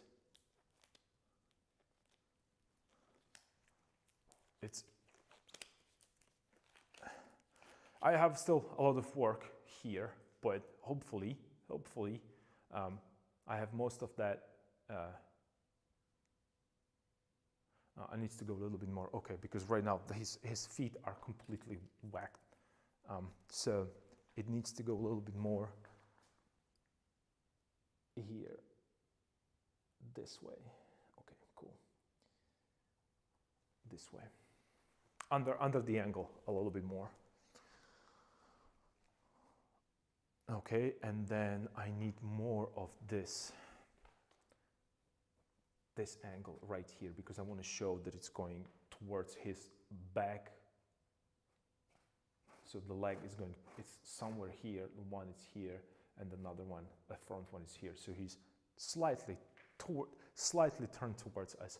That's okay. It needs a little bit more fine tuning, and I would definitely highly recommend anybody when is dealing with this kind of problems to really paint from life and not from imagination.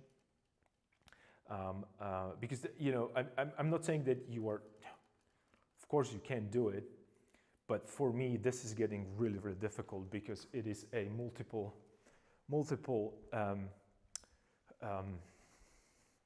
you see, I already have a bunch of feet there and they're starting to repeat, and in my brain and in my head, the library of a different position of a feet, it's dwindling, it's getting, I don't have that much. Well, I have to say that I didn't have to, I haven't, well, not true, I'm lying, but it has been a while since I had to paint that many feet on one canvas.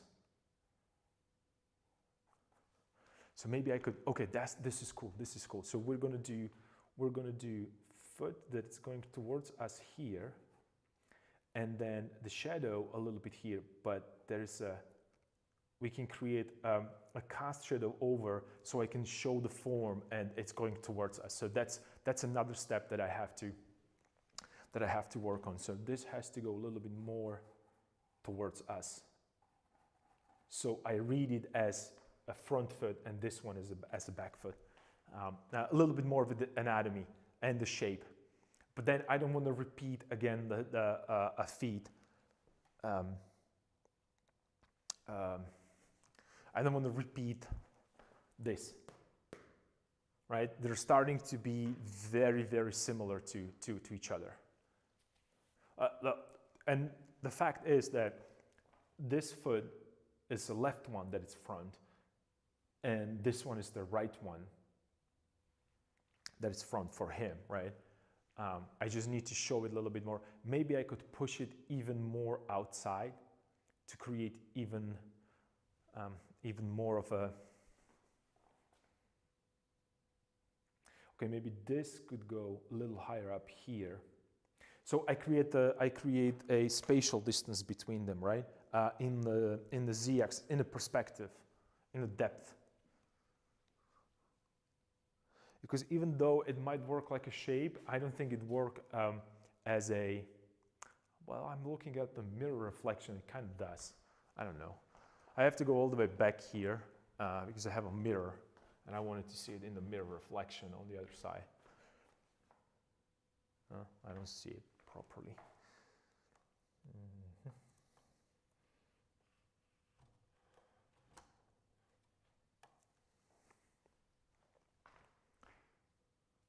Yeah, it's not. It's just it feels that it almost feels like this is trailing behind for no reason, for no apparent reason. So maybe I could push it even further away, right? So it's just it's even more in the back. So his step is slightly longer, elongated, right? That's what I could do. So I could push this feet a little bit more this way. I think that's what's going to help a little bit more. Yeah, that's for sure.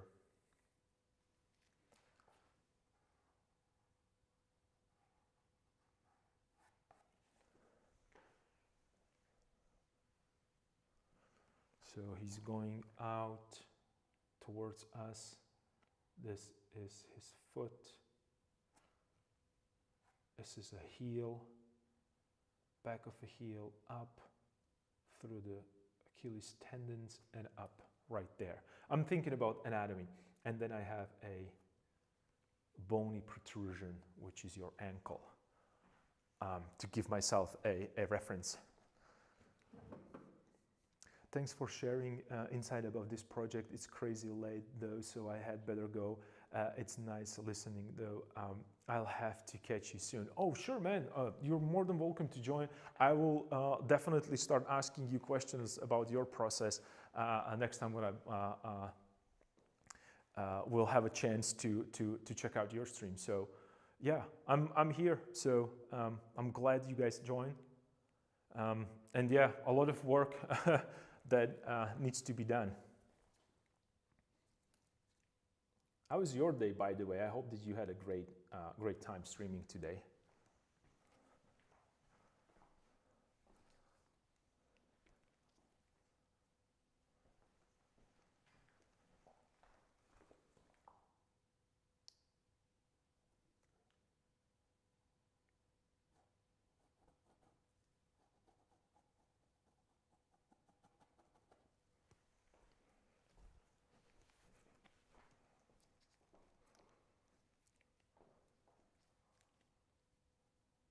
Yeah, this is way better because right now even this is going to work. I have that edge right there, and this one needs to be way more in the distance than this guy if I want to show the fact that they are tilting this way, right? So he has to be slightly, just a tiny bit bigger. So I have to adjust. Yeah, I have to make this head just a touch bigger and probably push this a little bit lower, just a touch lower. So in perspective, right, because he is a little bit more forward, these guys are a little bit more back. And that's the reason why I want to make this a little bit more shinier. So it's going to shine when you think about the depth of field and atmospheric perspective. This is the closest to us, and this is the farthest away from us. And that's why I am going to create this edge a little bit sharper, and this one's going to fade away. Maybe I can smudge it even more so it's not that obvious. It's from yesterday when we just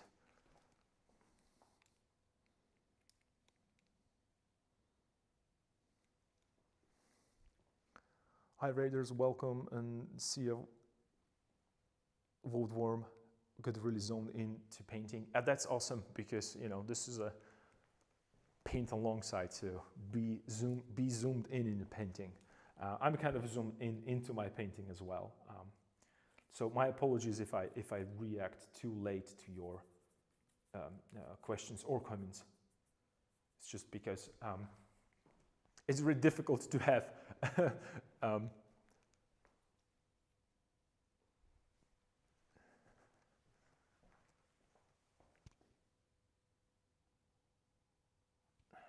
so here, and then maybe I push it a little bit more this way.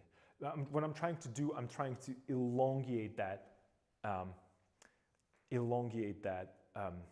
foot a little bit, because I'm counting heads visually, where's the halfway point and how tall it has to be. And if I have to make this a tiny bit bigger, right, this is the head right here. So they are right now exactly the same. So this guy has to go bigger.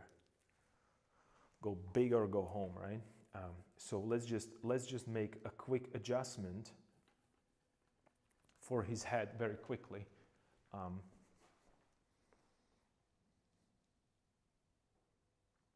I guess it's a day for us to be all in. Increase the daylight time probably helps. Oh yeah. I'm locked in. That's for sure. I think that what was the head? So I'm going to just quickly make this bigger, so I don't have to visually measure. So it's all gone, the portrait's gone. So I don't have to visually measure with the wrong size. So this is just a placeholder, right? I'm just placing a shape, or this is not even a shape, it's just a blob of paint right there. And I can immediately tell that this is way too dark. And I can right now, you might think that, oh, that's just too light. And that's what I thought, that's what popped into my head. And what I wanted to do, I wanted to jump into my dark pigments, and I wanted to start painting shadows. But check this out. Not even close. Not even close. This is not even, it's not even a question what's lighter and what's darker. So this is my white. And this might seem to you like, oh, that has to be a light. Oh, this is dark halftone for this particular painting or this particular setup that I have right here. And just to prove you what I mean, it's in my brush, and this is a pure white right here. You see the difference. I hope that you see the difference on the palette, how that smudge right there just shines. So that's how much lighter I can go to the highlight, if I so choose, when it comes to this. Even better than this, it's to create, because this mixture, as you can see, it's already kind of like polluted. These are all already destroyed. They're not fresh pigments, so this is a great time for me to clean my palette because I'm running out of a space. So I don't want this anymore. I know that there is a lot of paint that's going into waste, but trust me, even more paint is going to go to waste if you keep doing if you keep painting on this palette, because every other mixture that you're going to introduce to this, it's going to be polluted by this. And I want a fresh pigment, clean colors, because we are, we really have to start thinking about, and you can see like how much paint you just have to go, got to go.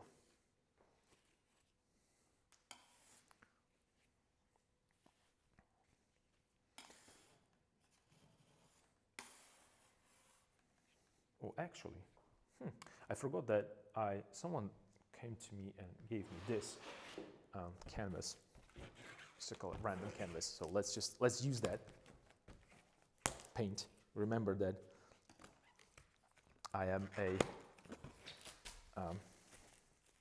I don't like to. I think it's also from some kind of a random hobby shop store.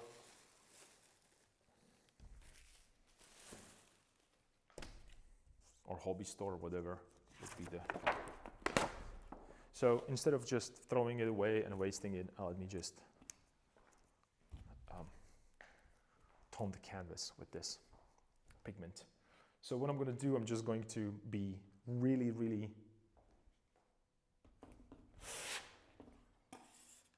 having fun.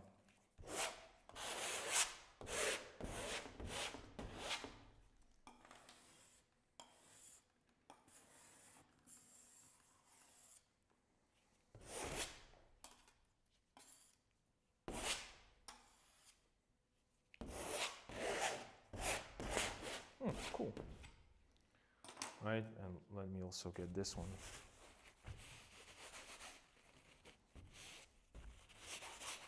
And you might be, oh, it's too dark. Okay, well, it's too dark, so let's just do a little,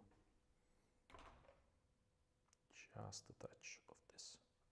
Okay, and we can grab a. Oh, this is useless. Okay.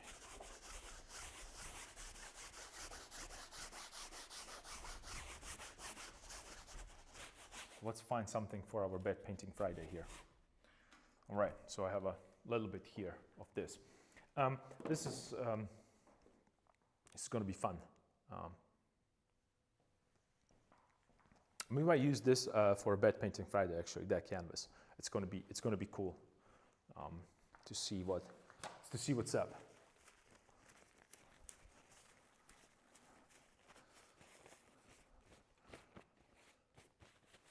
So I have a portrait, and right now I need to make it a little more a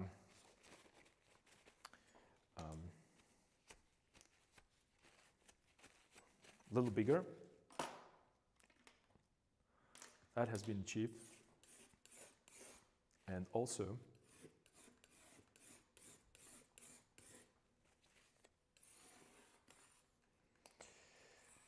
not only bigger, but lighter.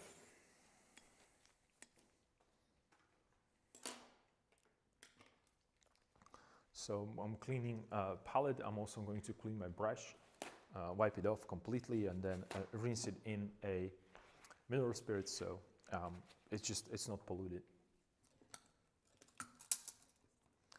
A pigment, the new pigment, which I want to be like nice, clean, clear, vibrant, saturated pigment. And this is not like full cleaning of my brushes. This is just getting rid of a residue. It's always going to stay a little bit, and if you want to clean it completely, then you should probably, like maybe you can dip it into a white and mix it into white your brush and then wipe it again. So it's just only white pigment. But I think for now it's okay because I use this brush for skin tone, so I kind of have that skin tone there. So I'm gonna go with white and with yellow, ochre a little bit. And I already have a pigment there. You saw me just placing a pigment there. So I'm not gonna do any other, I'm not gonna put any other mixture into this because I'm going to mix the pigment on the canvas.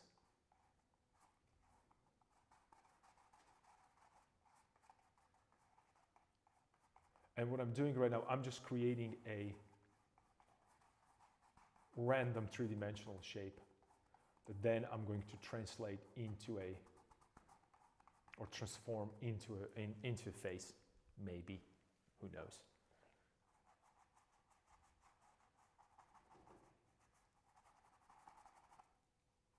Maybe you can give him a little bit of, he's also looking a little bit more down but I want a little bit more of a profile, right? So instead of sticking ear on the side like this, his nose is going to stick out a little bit more, right? Because I want more profile. Okay, cool. So right now his portrait, you can barely see it in the background, but that's okay, because I'm gonna introduce a little bit of a shadow here, just a touch of a shadow color, and we're good. That's all we need. We don't need anything else. Just to show you just a little more. Maybe I should get some reference for this. For this particular, let me see if I have some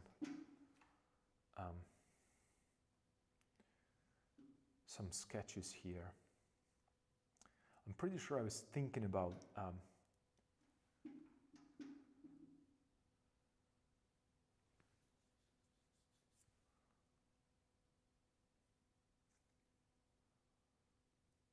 I want to give him a beard, because I think I'm missing bearded guys, and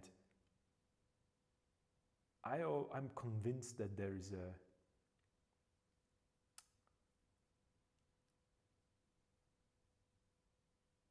I think that everybody was bearded for I don't know, because I'm just thinking about the medieval time, right? And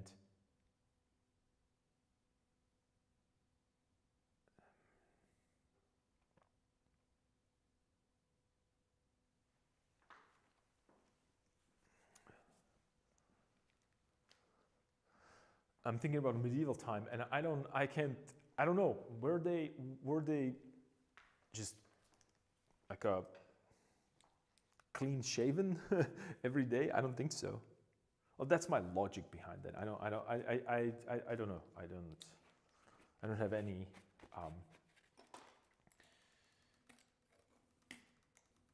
proof about that. It's just that's how I picture them.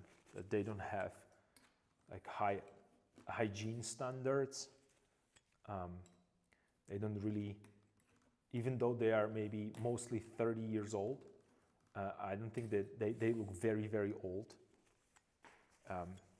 because that's like 30 years. I mean, like if you live till 50, you were already like 100 in today's metric, I think. I might be mistaken. Again, I also cleaned my palette where I put my my pigments, because I want to squeeze a fresh pigment, and I'm looking for my, where is it? This is transparent. Where did I put my raw sienna tube? You remember yesterday I said, okay, yesterday I said that I'm just going to put it on top and it's not going to be there. And it isn't.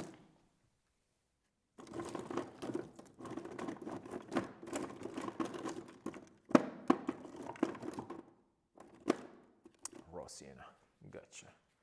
Okay, I'm running out of raw sienna as well.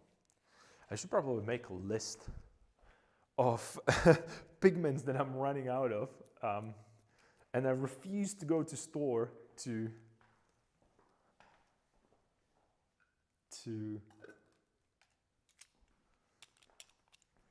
buy them.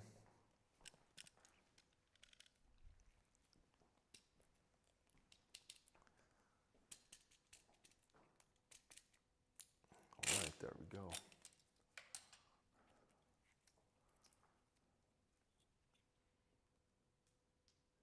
Raw sienna.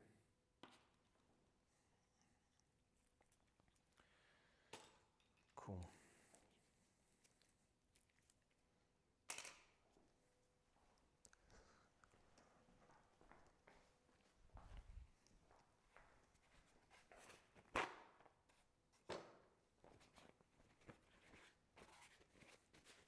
And I also want to clean this brush a little bit as well.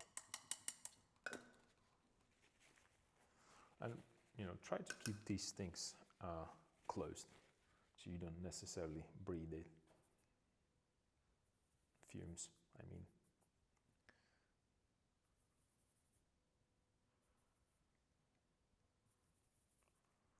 This is going to be way too dark. I just want to show you. I'm going to throw a little bit of a shadow there. So we could have a shadow, like eye could be here, maybe one eye.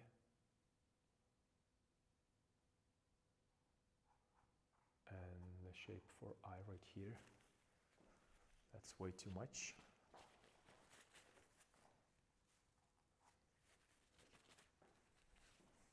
Right, and what I'm doing is I'm creating a shadows for eye sockets, right? And then the quickly shadow for nose, perhaps. So you know what I mean. Maybe I could push this a little bit. I'm looking at my painting, and maybe a little bit more space here. And I mentioned that I wanted to give him that kind of, he's looking down a little bit, so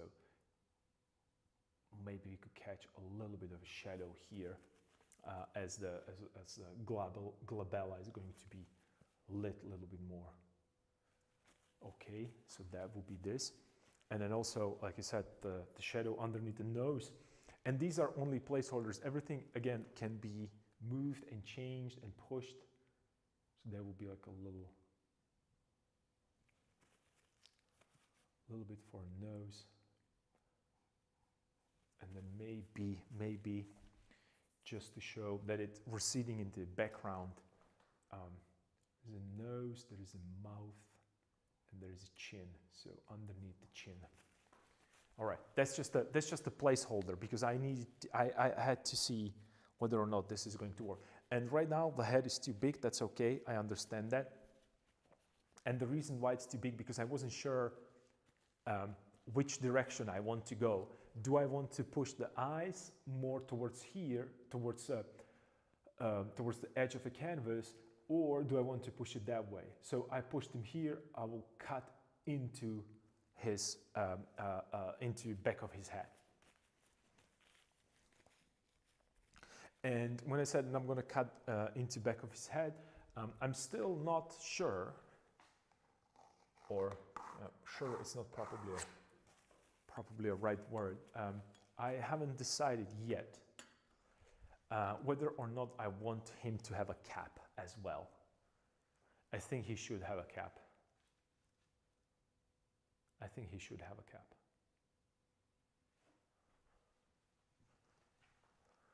Because he had it previously, right? That's what I had there before.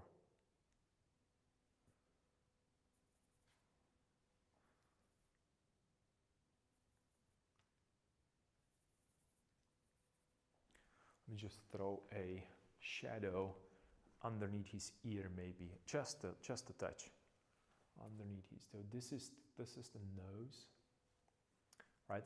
That would be. I said yesterday that it's a septum, but I'm not sure. I just, for some reason, I wanted to say word septum. I just want to sound smart. This would be his eye right here. It's his eye, and then I can just hit a shadow underneath the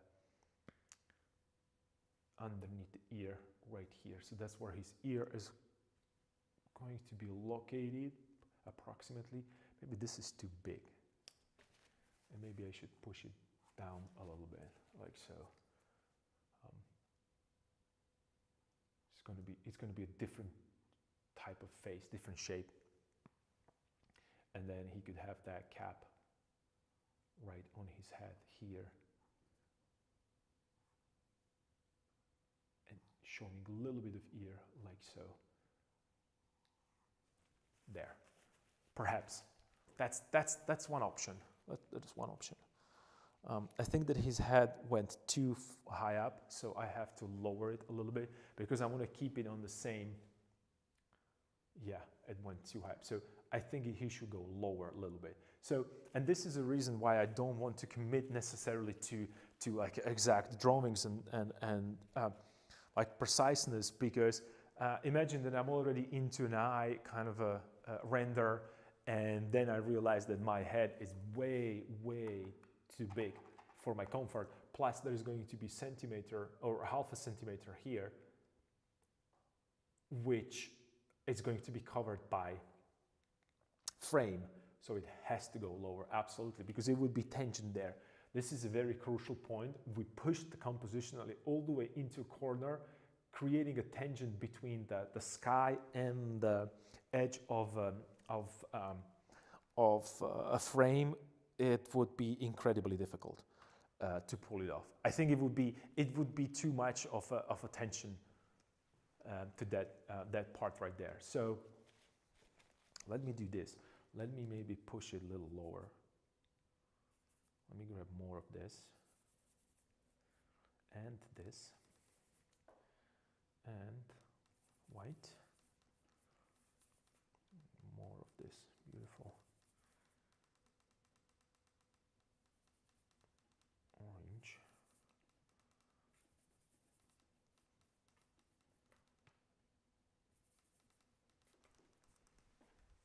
All right, so it's here, this is the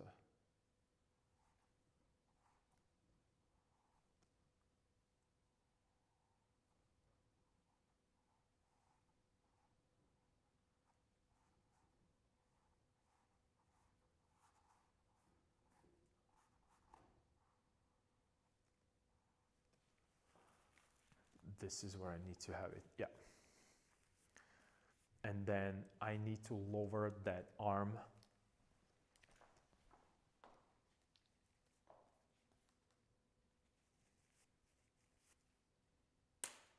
This is my blue.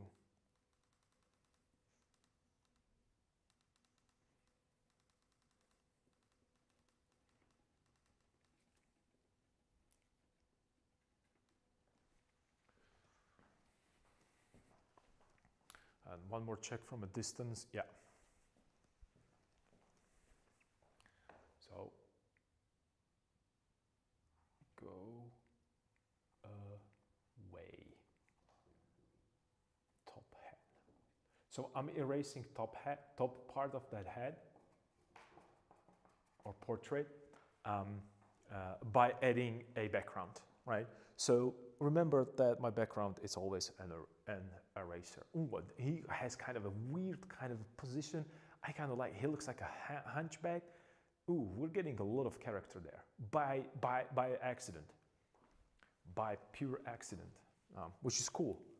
This is why I like to paint like this, like it's a bed painting Friday. Also, foot kind of fell into place as well. So yeah, check this out. This is really weird looking portrait. I kind of like it. It has you know what? It's kind of, it's a slightly deformed, so it looks a little bit more believable.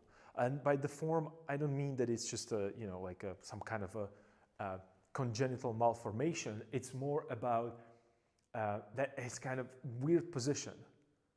Sometimes you just shrug a certain way because you are uncomfortable, you know, you were carrying something or you were in the same pose, so you can just kind of see it. I don't know if I can leave it that way or you know, make it work as a final thing, but remember that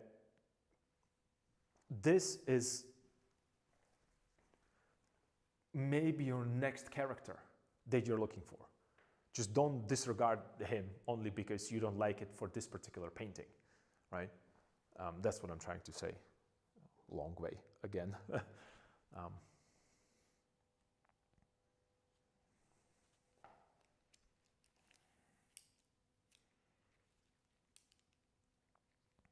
All right, so let me push his shoulder a little lower here.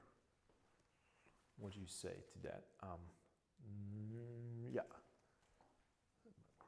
So I'm just trying to check if I'm not, yeah, I'm good. Well, maybe it can go even a little lower. Oh, it's fine. It's fine.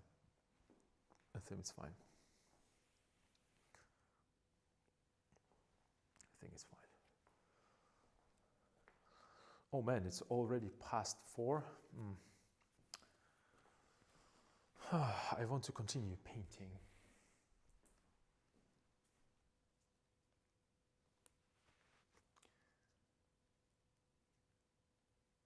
That kind of a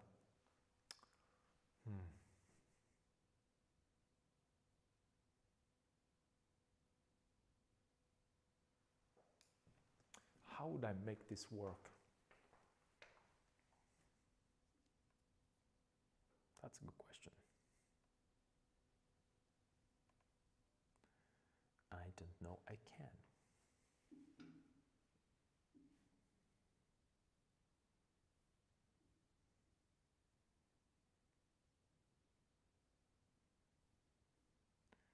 I don't know. I can.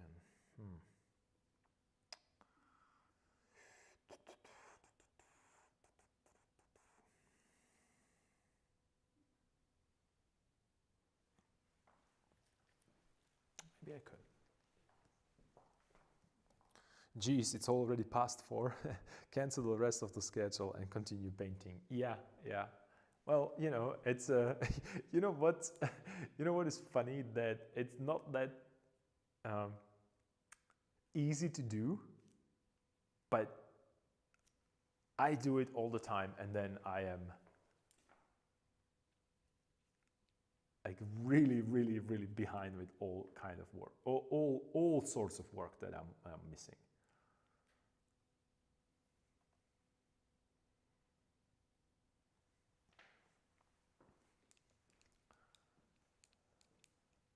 So are we going to make that guy crazy? Not crazy, but a little bit more animated? Same. Somebody gotta cook dinner soon. Might have to convince my husband for late dinner. I feel you. Yeah. I feel you.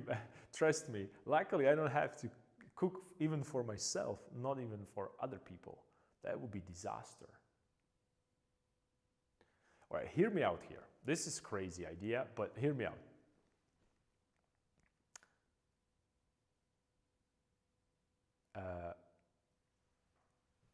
Maybe I should made him a little bit more animated.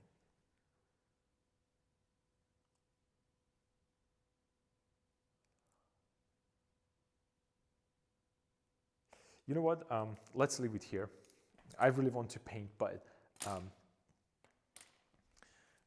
I want to. Which character are you talking about? Oh, which character I'm talking about? This guy. This guy right here. When you look at him right now, just maybe make it a little bit more so it doesn't. He looks really strange, right?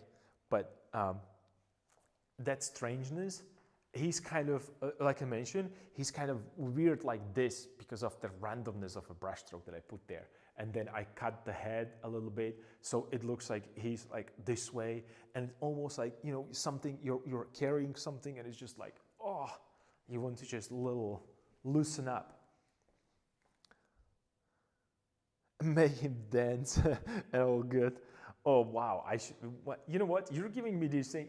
You're almost like you're tempting me to just show you that it doesn't matter. He can be dancing. He can be actually upside down, walking on his hands. It's still, if it composition works, it's just going to be all right. People are just going to ask. I mean, people are going to ask, why is he walking on his hands? But it's not a bad idea. Actually, I know I should probably, I shouldn't encourage you with creating these crazy requests, or, you know, just, you know what? Okay, here's the deal. I'll make a pact with you. I'll make him upside down if you make your a windmill upside down in your painting. Let's see if it's going to work.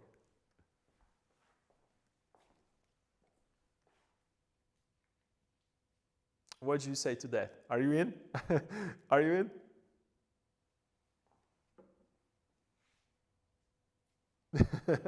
It would be crazy, right?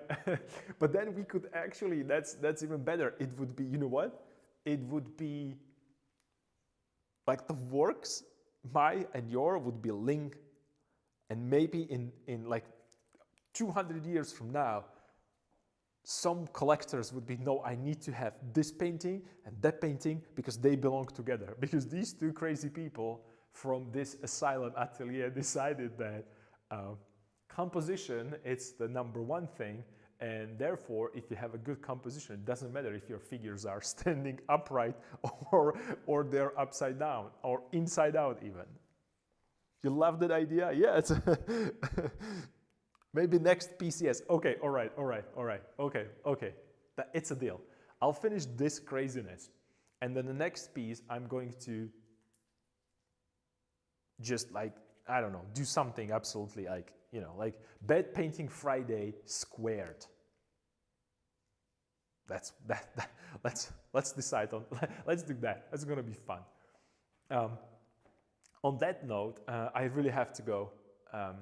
And the reason why I'm stopping is not because I can definitely, you know, you can cancel your whole life if you want to continue painting. That's not the problem. Because there is a saying it's not a saying, two very important people that influenced me from Slovakian culture. There are two comedians and musicians actually. And they mentioned there's two. Well, no. Let's talk about only one. I don't want to go into a deep dive on their philosophy. So there is a. They mentioned one thing because in my country, like in the many countries, there is a. I don't want to say that we have a problem with alcohol, but you know we like to drink here. And they created that kind of a funny saying that I don't know if maybe they didn't create it, maybe they just they have been inspired by someone else. Let's put it that way, because I don't know who officially was the first to say that. I heard that from them, and it was a long time ago. And it goes like this.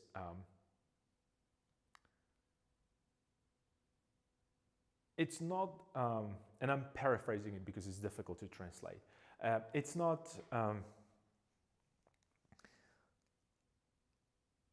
heroic to drink when you want to drink. A real hero drinks when he doesn't want to drink, right? And same goes for this painting. In my case, it's not it's not heroic to paint when you like to paint and when you want to paint. A true hero comes to work and paint when he or she doesn't want to. So yeah, I don't want to go and deal with other stuff in my life, but I'm going to. And so should you do the dinner, do dishes. I don't know what other stuff, like what I have to do. I'm thinking about I have to probably do dishes, laundry, and you know all kind of other stuff. So yeah, today was a great day. I'm tired. I'm really tired of yesterday. Exercise was not probably. Maybe I overstepped that.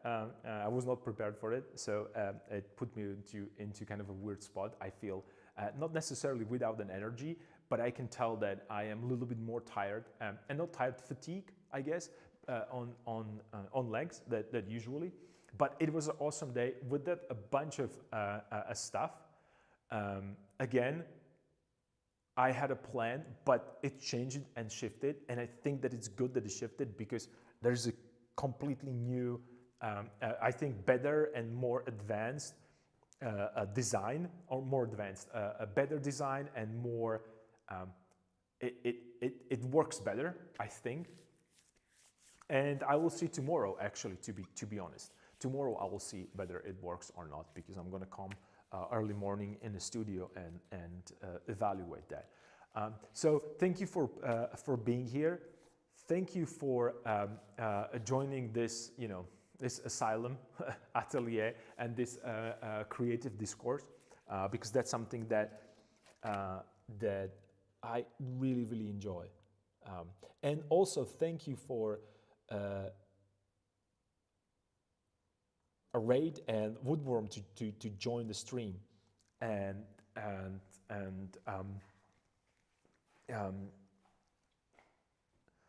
don't forget, that's what I want to say, and don't forget that tomorrow I might not be streaming. Friday 100% I'm not going to be here, but Saturday we're going to do bed painting Friday on Saturday and do some crazy stuff. So I'm looking forward to that. Please join me if you can, and if you can't, I'm simultaneously streaming on another platform, on the YouTube actually, and I'm uploading it there. So there's a full library of videos, so you can check from almost very beginning how long journey it was. I think there is more than, I was checking, is more than 100 videos right now only about this painting, and usually the stream is like 2-3 hours approximately. So there is a lot of work that we put into this, and I'm looking forward to put even more. That's how much time it takes, and that's how much time it requires. So the sooner you start, the sooner it's going to be finished, right? So thank you for joining me. Thank you for being here. Thank you for your support, and don't forget that tomorrow and after tomorrow I might not be here, but otherwise it's going to be